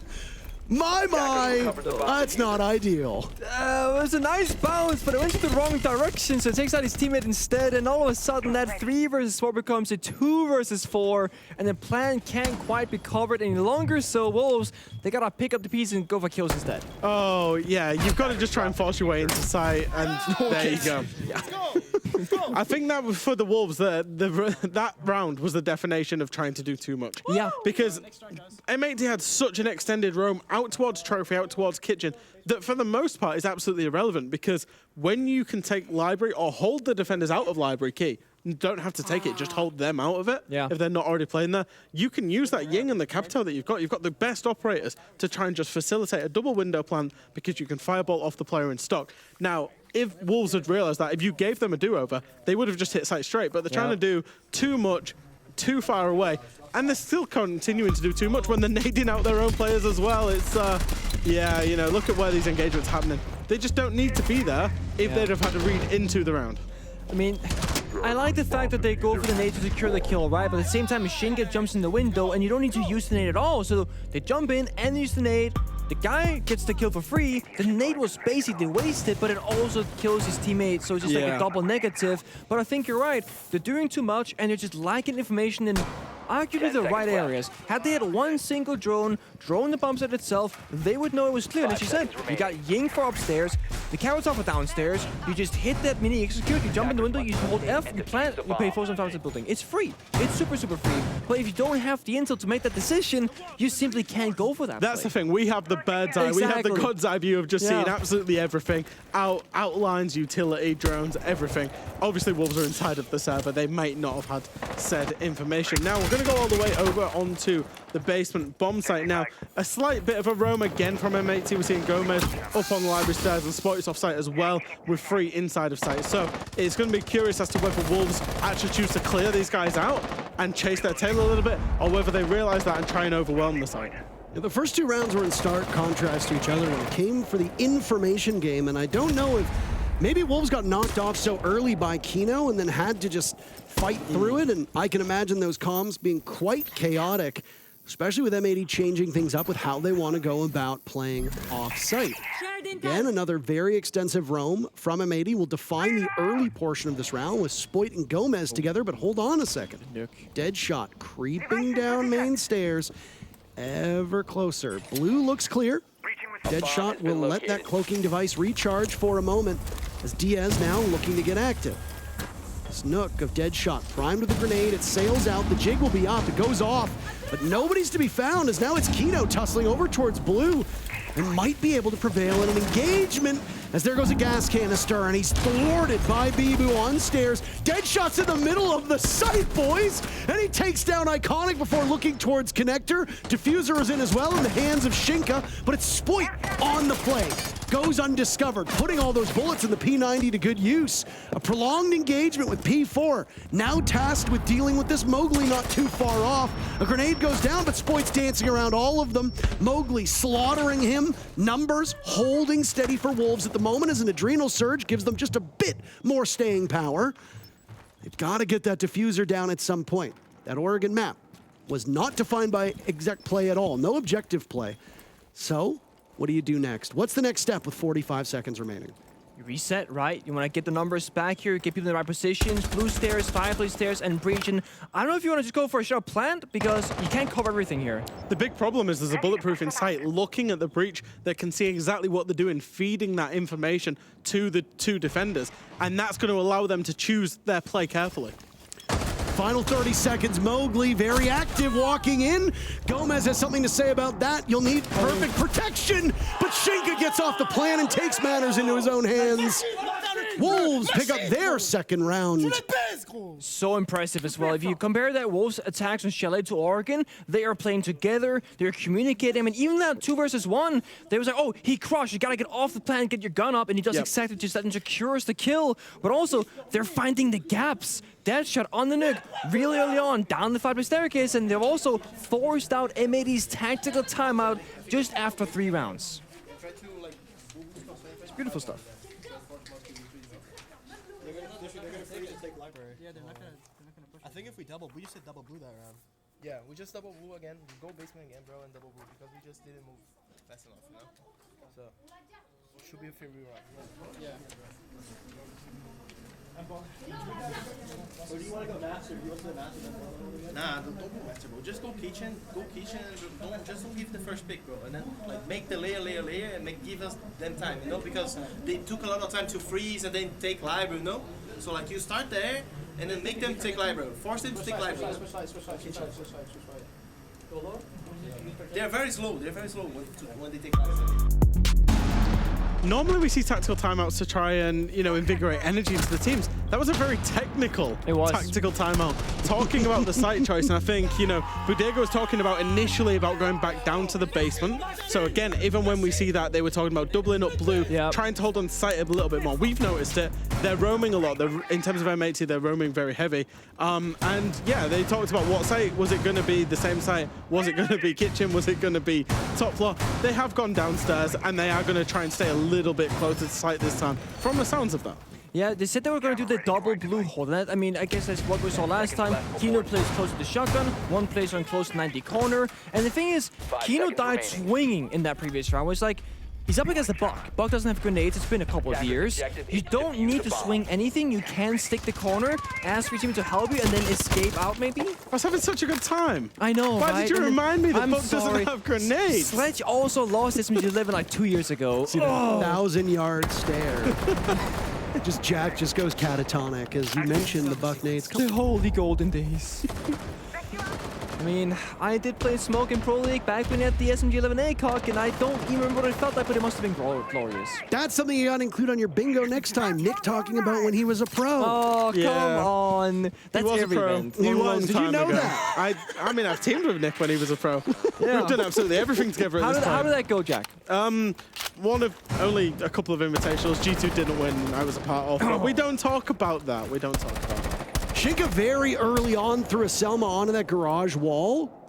Immediately an impact tossed out by Diaz. A single portion of that Selma is all that they got. And then Wolves bailed off of that particular point. They're not keen to re-aggress, and then it's plugged up by a Kiva barrier. So instead, Shinka will now look towards that wine component of the map. Gomez dies as again Mowgli gets there first. How many first bloods does this man have? Through both of these maps, it must be a very impressive tally. I'm liking this from Wolves in terms of their attention to detail. Instead of hitting site directly, they've actually gone and they've hunted one of the roamers. They found Gomez. Spoit is still left alive, but they feel that they can use the numbers to now hit site by the looks of their positions. Yeah, they're changing the pace, right? They go fast, they go slow, they go for the direct, they go for the roam click, etc. They're always keeping a big guess as to what's the next step going to be. And sure, Iconic, he's got this position ready as well. Spoit's got the vertical control. And Wolves, they're going to be slow in this round, but they've already bought themselves an early advantage. They can just hold on to that for a bit longer and force it further in the round. They might just run away with it. And there's Candelas to go off towards Trench Door. P4 not far removed. Iconic has not been droned out. He can outduel Bibu quite well. There goes a Candela too, but Iconic's gotta rotate back into the site. He'll take advantage of that, getting away with his life still intact. While this action is happening down on the bottom floor, Spoit has free roam upstairs. And as Deadshot is stopped by this gas, it will buy Spoit even more time to get back in to assist his team. As it stands with 40 seconds left, both teams sitting at 4 members apiece. Utility being used. Nade from Deadshot claims Kino's soul, and here's Spoit to be the wild card on blue. Seeing one tearing through them, he's good enough for 2 with Diaz as well. Shinka now in a familiar position. He did so well in the previous round from this spot, but there's just too many targets for him to find, and M80 strikes back on that round. And sometimes it might just be simple as talk about the bomb sites and tactical timeouts, right? Go back to basement, double blue, do it again, because they're slow and don't give them those kills. Well, they did give them one, but this time it was on the roam and not the site itself. Thought Wolves got that a little bit wrong. I said I liked their approach to go and actually hunt the roamers. I did too, though. And then I thought, I don't know if they're going to just hit site and hold Spoit because they were aware of him, or whether they're going to go and hunt Spoit. They actually did neither. They hit site and didn't hold Spoit. Then he comes on the big flank, and I think, you know, little mistakes creeping in, you know, both sides. Yeah. And this is why it's just so, you know, so close.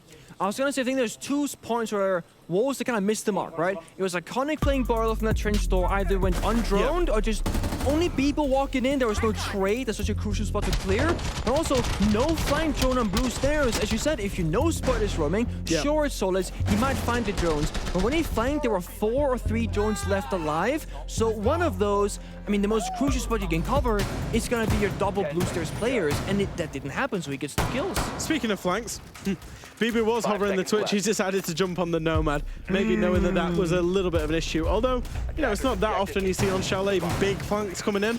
It's a very small map. There's very few, you know, staircases in reality. You've got the solar side, the blue side, and the lobby side, and they're at very different ends of the map. So, you know, not that much of an issue. But I will say, Nomad's seeing a lot more play now that the Iana and Finker interaction has changed. Because what's better, Iana or Nomad? Well, they've both got the ARX, but Nomad also stops flanks and has the flashes. Yep. I mean, technically, Iana also has flashbangs now. Yeah, but gadget-wise, Nomad comes ahead. Yeah, do you value the gadget of the flank denial or the intel that you can gain from the Iana flank? It was a good conversation by pros as well as to whether or not Yana, with those flashes, was actually a buff in some ways to be able to take advantage of that. I think maybe when you're playing selfishly, it can help. But at this level, the resounding answer has been no. Yana's pick rate has fallen off of a cliff at this point. Nomad rising, Gridlock rising, and Finka has been the star of the show. Her pick rate is back where she seemed to be in the LMG meta. What is going on, Spoit? Well, they do know now. It's an absolute mess inside a bathroom with Mowgli again getting the leadoff pick. And it's 2 for his trouble. A third there as well. 8 kills so far, and we're not even finished the 5th round. They've reduced M80 to just Iconic and Diaz, as Diaz will retake and have Iconic sitting inside of this kitchen site all alone. I mean, this really is a Mowgli go kill scenario. I thought he didn't know about the bathroom player in the top. He walked in, pre-fire, bang, flick door, bang, third guy off his bang. All of a sudden, the top of the hold is gone. And you said, Jack, if you play this top of the hold with vertical control, you got a clear top and you get side, and they got everything right now. Not a single HP of damage, by the way. That was his first finger stim used, but he was on full HP before then. That's an incredible play by Mowgli. Last logic bomb will go off with just a little over a minute to go. And how about a 4K? Mowgli breaking double digits. Mowgli go kill, indeed, Nick.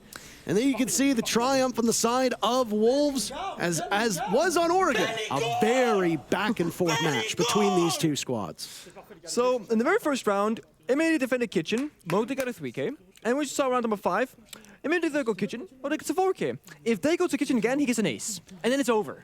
M80 actually have a really difficult site choice. They're going to be forced into going to bar, because if you go kitchen dining, or if you go master office, you're susceptible to the same attack that we just saw. We just saw Wolves commit a hard solar take where you play 1 player bathroom window, 1 player goes in, up the solar stairs, 1 solar windows, 1 double window, and you just focus completely on solar, bathroom, and master. Now, you can do that attack on 2 sites to win 2 sites. M80 had won the basement, so where do you go? You've got to go, basically, to bar gaming. And that's exactly where M80 will choose to go, but they are forced to go here. I was going to say, they've not chosen to go here. I was going to say, this is the thing. This is forced because of the attacks working out. It's such a good thing that you pointed out, and you don't ever want to be here in defense. You want to make a choice, okay, we want to go to this bomb set, so we will go there. You don't want to be like, okay, well, we lose this, we're going to lose that as well. I guess we have to settle with bar, of all places, but statistically, I mean, they've won it on defense. Is where they got one of their 2 victories. So the numbers support it. But should they have won it? Yeah, that's a because different story, I genuinely think that if Wolves had realized and done a direct they would have take, won it. M80 would have been in serious trouble. Yeah. Well, that was the round where they naded themselves. Too. That things went to hell in a handbasket very quickly after Kino's 2-piece upstairs on chimney. So is that an Iana that I see? I never said that Yana was gone. No. Their pick rate fell. I know, and then the round after, somehow P4, for the first time in this entire series, she gets picked. Who gives a shit? Okay. Well, P4 is gonna make his entry into the building, right? In the window he goes. But around the nades. Keep it active. On him, it's on Mowgli instead. He might be stuck in this library corner for now. Pardon my French, but I'm sure there are plenty of fans who speak it who are watching right now, as it's almost midnight, so we can say it's casting after dark at this point. Okay, that's a good excuse. And when production gives me a leg up like a ceramic owl, I gotta take it. Also, I simply don't care for your attitude tonight. Oh, really? I couldn't tell. I thought you were having all of it. Mowgli right now inside a mudroom as he's led the way through so many of these rounds. He's going to be watched by Kino in this position. There's the fire. It'll force Diaz out of a spot that he wanted to sit so comfortably in. So they got library, you said, Jack. They got a fire coming out. They could try and go the same kind of take, but they're not committing to it fully. They should plant now. I thought so too. They've got the position. They've moved the Warden out of position as well. Perfect. There's the first kill, and guess who it is? It's Mowgli. Only one for him, though, as Iconic is on the board as well. Is this the first time that we've seen the diffuser get planted between these squads? And M80 is winning in the post plant so far. They've reduced Wolves in numbers. Bibu, long range outside. He'll be heading back through the lobby as there's P4 sitting in back bar at the moment. Down goes Bibu. Shink is still posted up on the window, not too far removed from the diffuser. And P4, a reflex test that Gomez wins. It's all up to Shinka as there's a run out to gain his attention. Spoit killing time admirably. Iconic dies, Gomez on it. What is Shinka doing? Oh my God! In the post plant, slaughtering M80. Wolves win the first half 4-2. I mean, played that so well. It was outside the window on the first floor, outside the window, double window on library as well, with the crosses, the 180-degree flick from Shinka, back and back and back. I mean, he shouldn't have won that. Strategically, Wolves did exactly what we wanted, right? They get library control early, the fire goes out, they jump in, they get the plant down, but they fall in the post plant very early on, and Shinka pulled off an incredible clutch. I mean, look at this. He's got a flick 180 degrees, doesn't matter that he dropped, and then also gets Gomez afterwards. Yeah, to show it again in slow motion, please. It's huge. And is that a backbreaker? Oh, absolutely. Mental breaker as I well. want to talk about this guy because inside of a UL, this guy got back-to-back 1v3, 1v4 clutches on this specific map. He's now rocking the 1vx success rate on this map for Shinka as an individual, 67%. And that's not just winning a 1v1 or winning a 1v2. This is 1v3s and 1v4s he's winning. I don't know what it is about Chalet, but it just brings out his clutch ability. The two in EUL were actually on defense. It was over by the dining kitchen where he plays mute. This one obviously on attack, but dearie me, he's potentially one of the best clutch players in the world right now. Yeah, and the thing is, he plays this kind of really stable, like, semi-support flex where he plays like the mute, the smoke on defense often. He plays he's often live in the late stage of the round, and that's what makes him a great clutcher, right? First of all, he survives to be in that position, but also he's excellent at decision-making, isolating the 1v1s in those 1vxs, and just playing the decision-making, positioning-wise, very, very clean. Well, that first half is in the books, and we saw something that seemed quite unlikely, which is a diffuser get planted. Wolves, the only team to really care much about the objective at this point. Impacts that were brought plenty by M80 on defense will now be brought by Wolves, but only in the hands of P4 and Deadshot. And he's not going to waste yet another impact grenade. He loses some of his footing, but still persists on the back of this chimney. Play on library wall with the black mirror in front of him. All those flashes go in, and to no avail, ultimately. But no! Two different sets of nades! How is Deadshot still alive at this point? That's incredible. I mean, I don't know. He swings the window, though, so it's all for nothing, so to speak. That's unfortunate. I was literally just about to ask you the question, Nick. What do you do here? Do you value your life and try and get away? Do you just stay? Do you fight? As it is, he swings a player that's holding him and dies. Wow, what a utility investment for M80.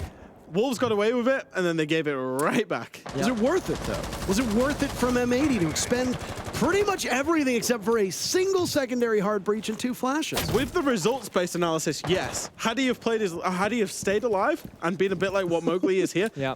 If this was Deadshot, then no. That's a bit reductive. Did it work? Yes, it was worth it. That's it. No, I mean, it is until it isn't, right? Because if he forces Mowgli in a bad position, and he has to fight his way out of this, and he fails as well, or he falls in a gunfight, then you're playing 3 versus 5s with your Wolves. And then all of a sudden, M80, well, they get the bag for this. Sure, they spend some utility, but they build a massive lead in numbers. That's who it is! T5's leading the way, and why not? Even a baby could hit those shots. It's a good rate of fire, relatively good damage, low recoil. Mowgli with the first pick, Bibu followed up. Kino taking Mowgli out of action, as now Bibu will litter the way back through the bottom floor with a trail of very poisonous breadcrumbs. Legion will scamper off, low HP, one goo mine remaining. Final 30 seconds. This is not a bomb set upstairs, and it's not in the basement either. It's Bar Gaming. Kino preps the smokes, ready to obscure the vision of these defenders. M80 already falling behind on their map, but they're looking to ride what they hope to be the favorable side. Down goes Spoit, looking for follow-up as Kino trudging through the smoke, reduced to nothing by P4, who gets 2 kills. M80 burned their time out in round number 3, and they are free-falling at the moment as M80 have won 3 in a row and are up 5-2. Oh boy, I mean, it's completely flipped, right? If you go back to Oregon, in the first couple rounds, we're thinking, M80, looking mighty fine. Wolves good on defense, they destroy M80, right? And ever since we came on to Chalet, it's been pretty down one-sided because, by my account, M80's only really won a single round. Because we speak about that previous bar attack from Wolves, they shoulda, coulda, woulda won it, but they didn't. Strategically, it was great. So, M80, they seem like they are in the basement when it comes to this. And Sideswap comes out, you're thinking, attacker side of Chalet, M80 should they'll win their first attacking round. Well, they don't. Mowgli, despite being stuck upstairs, found a kill, got away, and then again in the late round, if it's not Shinka, then it's P4. And I like the fact that in the previous round, P4 was on the Solis, there was only 2 drones left from the attackers, he's just hiding in fireplace. He knew there was no intel, hide in the corner, do some rat plays, and you get rewarded for it. You're approaching the do-or-die territory at this point for M80. Again, without a parachute, no timeout left. What do you do to course correct at this point? Well, you gotta pick on the Mowgli. The proverbial raid boss of Wolves, who's been striking first on most of these rounds, is now gone. And M80 will establish some much-needed breathing room.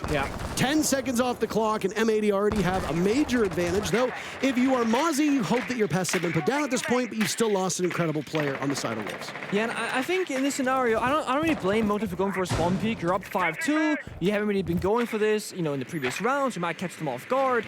But M80, they also played Bleed only like a day ago or so, a day and a half. And basically, Bleed would do this to them all the damn time. So all of a sudden, they're in a bad position. Oh, that's a wolf this time. We bark for wolves. Gomez taking out P4, and M80 showing some signs of life in this round. Much needed as, well, things have not been going your way whatsoever.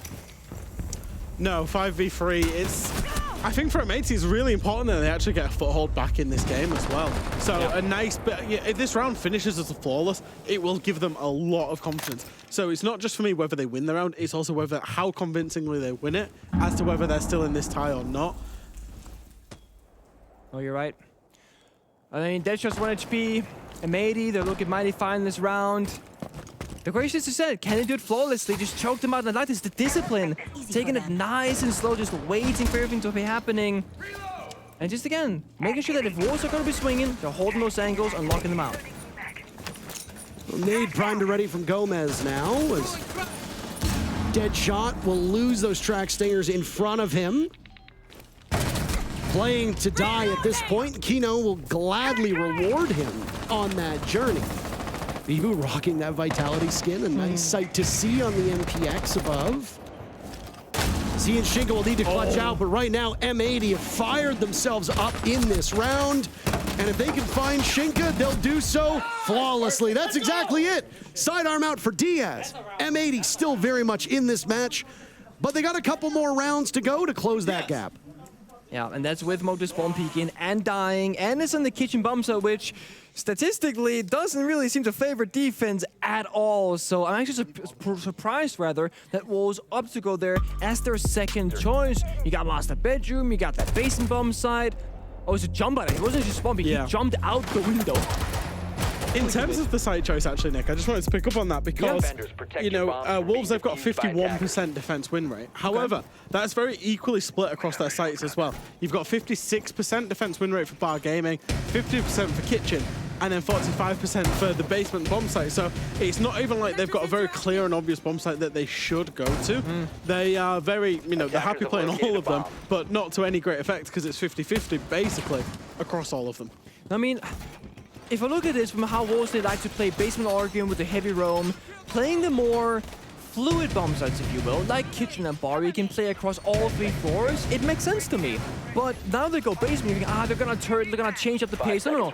Wolves are gonna do a full-on roam on the basement bomb site with probably just Shinka playing down there, and they're gonna start top floor, play the first floor, and then fall back to basement eventually. M80, they've opted for a very roam clear heavy setup here. The fuse and the Jackal, but exactly, the fuse, that's for the bomb site, for that vertical destruction later on in the round. But because Wolves are roaming so heavily, the fuse will not have any say in this round until they first roam clear. It's a stylistic clash, really. It's like, if the fuse comes into play, M80 have probably already won the round. Exactly. I mean, we're overlooking the fact that this was brought by Astralis for the fuse to go upstairs and tear open the floor of lobby, right? That was the way it was used before, but now there's an operator who does this, I would argue, far more effectively. Yes. Ram is the operator that you would bring if you want to carve up that lobby floor. The hatch is not reinforced in lobby either. So where are you going to go? In living room, rather. Sorry, over here, as you can see. Confusing them all. That's okay. It is now after midnight. Good morning to those of you in Europe. Is it a 6 a.m.? Oh, yeah. Oh, wow, it is after midnight.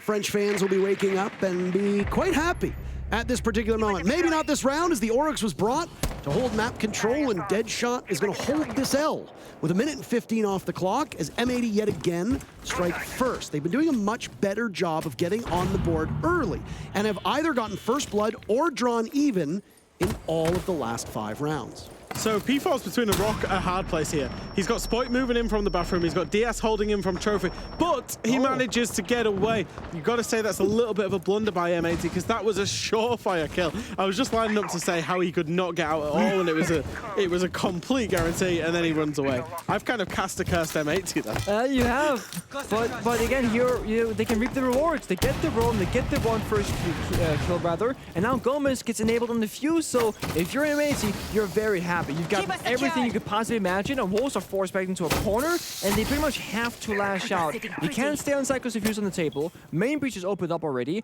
Sure, you got a mirror window, but again, once they go into Fireplace, that's going to get opened up. You have nowhere to play on the site besides blue, really, or the pillar. So I like this flank attempt, but Iconic's holding it. Your speculation that the fuse might not be much of an influence on this round, well, a single cluster charge was used to draw out Bibu from kitchen, who was looking to retake main stairs, or main floor rather. Can't get it done. Instead, it's a sight hit from M80 with those cluster charges still available. And the cojones on Gomez as he'll now force some of these defenders out of their position. As that cluster charge cuts through the reinforcement on Wine Wall, flashes aplenty to go on in. Gomez following up. Down goes P4. Gomez dies to Mowgli. Shinka still in the same spot. Mowgli to the rescue. Bibu in on it as well. Time running out. Mowgli with the sidearm. And Spoit dies to Bibu. That's match point for Wolves. One word, how? How do you go about winning that round that way? I wish you could see the look of disbelief on Jack's face because he is absolutely stunned. I don't know how the M80 have lost that round. No. The one thing that I will say is not punishing that roam. I think it was P4. Yeah. To set up for a 5v3 because when it's a 5v3, you can flood from absolutely everywhere. Wasted a lot of time. I guess that's the one thing that they came down to was time. If they had more time for M80, they wouldn't have just opened up the long angle. They would have opened up the boiler breach as well, and that have much better coverage. Because I was thinking from Wolves' point of view, how are they going to stop this? Exactly. They're going to have to throw bodies at it. What have you got? Well, you've got a long angle to stop them doing that. As it is, P4 and Mowgli, how has he got away with crossing here and then getting to pillar? Oh no, that's gone horribly, horribly wrong. Yeah, not just that, but they had the fuse, who had 2 spare clusters when the round ended. He could have used one earlier to open the Fireplace vertical destruction to, like, basically remove some of the those positions on the side, but they didn't. I was literally thinking this is kind of genius. If you have the time, because you can have the 2 breaches, you can fuse into kind of the back of lobby that covers off the pillar area into snowmobile, and then you force like Wolves to just start running around like headless chickens, and you get the plant down. but it comes down to that time pressure. And I think that was the biggest issue. And that time pressure comes from hunting that one roamer who got away all the way back in that early round. Yeah, and also when you do this kind of like one-off strats, like I call them like very unique, very niche kind of strategies, you're not going to be super well rehearsed at doing them, right? Because you're not faced with those scenarios very often. So if you're matey, yeah, you've like theorized, you've already scrimmed it once or twice, but you probably haven't done it hundreds of times like other default strats. So they kind of got caught by surprise there, and they didn't have the time to, as you said, problem solve around it. And there go the Candelas now as the assault will come on the Solarium windows. Spoit firing through to capitalize off of these marks, finding a Gumine on the way in. P4 strikes first, Mowgli dies shortly thereafter. Both teams losing one in this initial fray. 50 seconds off of the board. M80 looked quite eager to take an engagement. Wolves seemingly greeting them, wanting to do the same. Neither team walks away with a major benefit, but Mowgli being down is huge. Yep. Even if you have lost the Ying on M80, I think this is a big win for the attackers. Well, I agree. I think a lot of people say, okay, you got the Ying, gotta stay alive to the bomb side. But I think you can use Ying in two ways. Sure, one is the side, but secondly, you can use it for the room clear. So and I think in this scenario, it was a worthwhile trade for M80. It's a Kino for Mowgli trade and a Ying for Asami trade. I was just about to say, this drone's really important because Deadshot's in a position that defenders can catch attackers out, which is by the office, by the desk there. And there it is. I don't know if the drone necessarily saw that he was so close to the window. P4 has also picked up the drone on the back of that. There's an adrenal surge to go out, but Deadshot's holding this position, traded off as Iconic himself. Ooh. The self-styled Batman will walk in with P4 not too far away. Down goes Bibu. P4 waiting to pop on up, but his patience might be rewarded. The last two players in close quarters. There's one for P4 as he falls away. Spoit with just a tiny portion of HP, staring down his former region. Oh, how the mighty have fallen. Major champion on Koi, but now in major trouble, as it's him in a 1v2. Shinka, who clutched earlier, and P4 both holding court on this bomb site. Spoit has diffuser, so at least the objective is in his hands, but the time will soon not be. Only 30 seconds remaining. And Wolves know that they only need to do one thing. Wait, that's it. The round ends, they win, M80 goes home. These are the stakes. And as Spoit tries fruitlessly for an opening, nobody on Wolves will give him that. Playing against the Black Mirror as now Spoit walks in. Wolves can easily line him up, and they get him on the cross! P4 with the final kill. Wolves survive a scare, and with a 2-0 victory, Wolves stay alive. M80 goes home. They don't just survive, they actually impressed and showed up, because I have been very critical of their performance of Wolves, because I feel like they were so clouded out this entire tournament. And while M80 have also looked like a bit of a blunder here at this event, it was Wolves today being the better team. Now, when we were going into the second map, I turned to both of you and I said, what are the odds that Wolves win it 2-0? And Nick, you said, no, absolutely not. And Jack said, but hold on a second here. This isn't a bad map for Wolves by any stretch of the imagination. Well, no, that was actually quite a good map. It was. You want to take a victory lap, Jack? Yeah, no, I'm not going to rub it in your face too much, Pengo. I'm not going to rub it in your face. Okay. The one thing that I will say about Wolves is that we know that they've got the fundamentals on lock. They've just not been showing it. There's questions around map pull and strategic depth within in terms of their round-by-round strategy, but their team play is genuinely excellent. When they can put that together, they can put in performances to beat top teams. Now, you know, M80, obviously, they are a top team. It's not quite happened for them at the event at all. I was going to say, I mean, this proves that M80, they are indeed a good team, because Wolves, they beat them on Chalet, because those statistics, right? Yep, and Wolves beat good teams on Chalet. They beat M&M, they beat W7M, now M80. Well, that was not exactly the result that I think any of us expected. I thought we would see all three, but at least they spared us a relatively early night, or an early morning if you're in Europe. We've got an extra interview ready with Spoit, and we know you want to hear from him, so let's not wait. Pengu and Taro and Fresh, thank you so much for your casting. We are with Spoit now, and obviously that was a difficult loss. I do want to ask you, what are you going to take away from this entire experience? I mean, we've got to work on our work ethic a little bit, you know, look over the mistakes we did at this major. You know, just prepare all of these like fundamentals that we lacked. I feel like if you looked at the opening game against Bleed, you know, they got away with like these cheese picks and stuff, which shouldn't happen for us.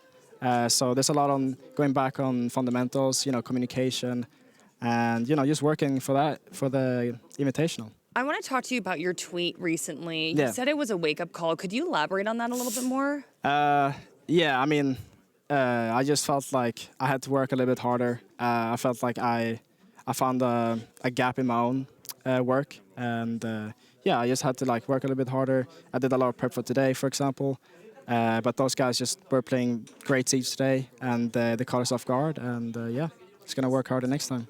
Well, Spoit, obviously today wasn't the result that you guys wanted, but it's been a long year. You joined M80 at the start with Iconic. You joined this core of the team that's been together for a very long time. Mm-hmm. This is the end of your 2023. There will be 6th Invitational coming up soon in February. But looking at the year as a whole, what's the biggest takeaway? How do you think you guys have grown from when you first joined the squad to now here at the end of Stage 2? I mean, we started off rough as well in Stage 1. We finished 6th place in the groups, and but something clicked within us, and we smashed through the playoffs and won it. Going back to Copenhagen, obviously that was a bit of a fluke. We bad preparation and bad scrims, and the bootcamp pad wasn't really up to up to our standards. And going into Gamers 8 as well, we fixed a lot of the mistakes we did in Copenhagen, and Gamers 8 is like how we should play. Yeah. And the performance is just night and day compared to that tournament. Unfortunately, falling short at this event. So we're just gonna look over, debrief, and improve for the 6th invite. Last question: is there anything that you want to say to the fans watching at home? I'm sorry for this tournament. Obviously, it didn't work the way we planned it to do, and we'll be back for the 6th Invitational, the big event, and we're going to show you guys that we are a much better team right there. Spoit, thank you so much for that fantastic interview. Thank you. And best of luck with your future. And we're going to pivot now to the winners, and very excited to speak with these two gentlemen, Bibu and Mowgli. So, Mowgli, first of all, you're insane. You're unbridled. What was going through your head through that whole series? It was unreal. Compris? Yes, just no pressure. If we lose, we go home. I give everything and I kill everyone, I guess. Gave everything, kill everyone. Okay, that works.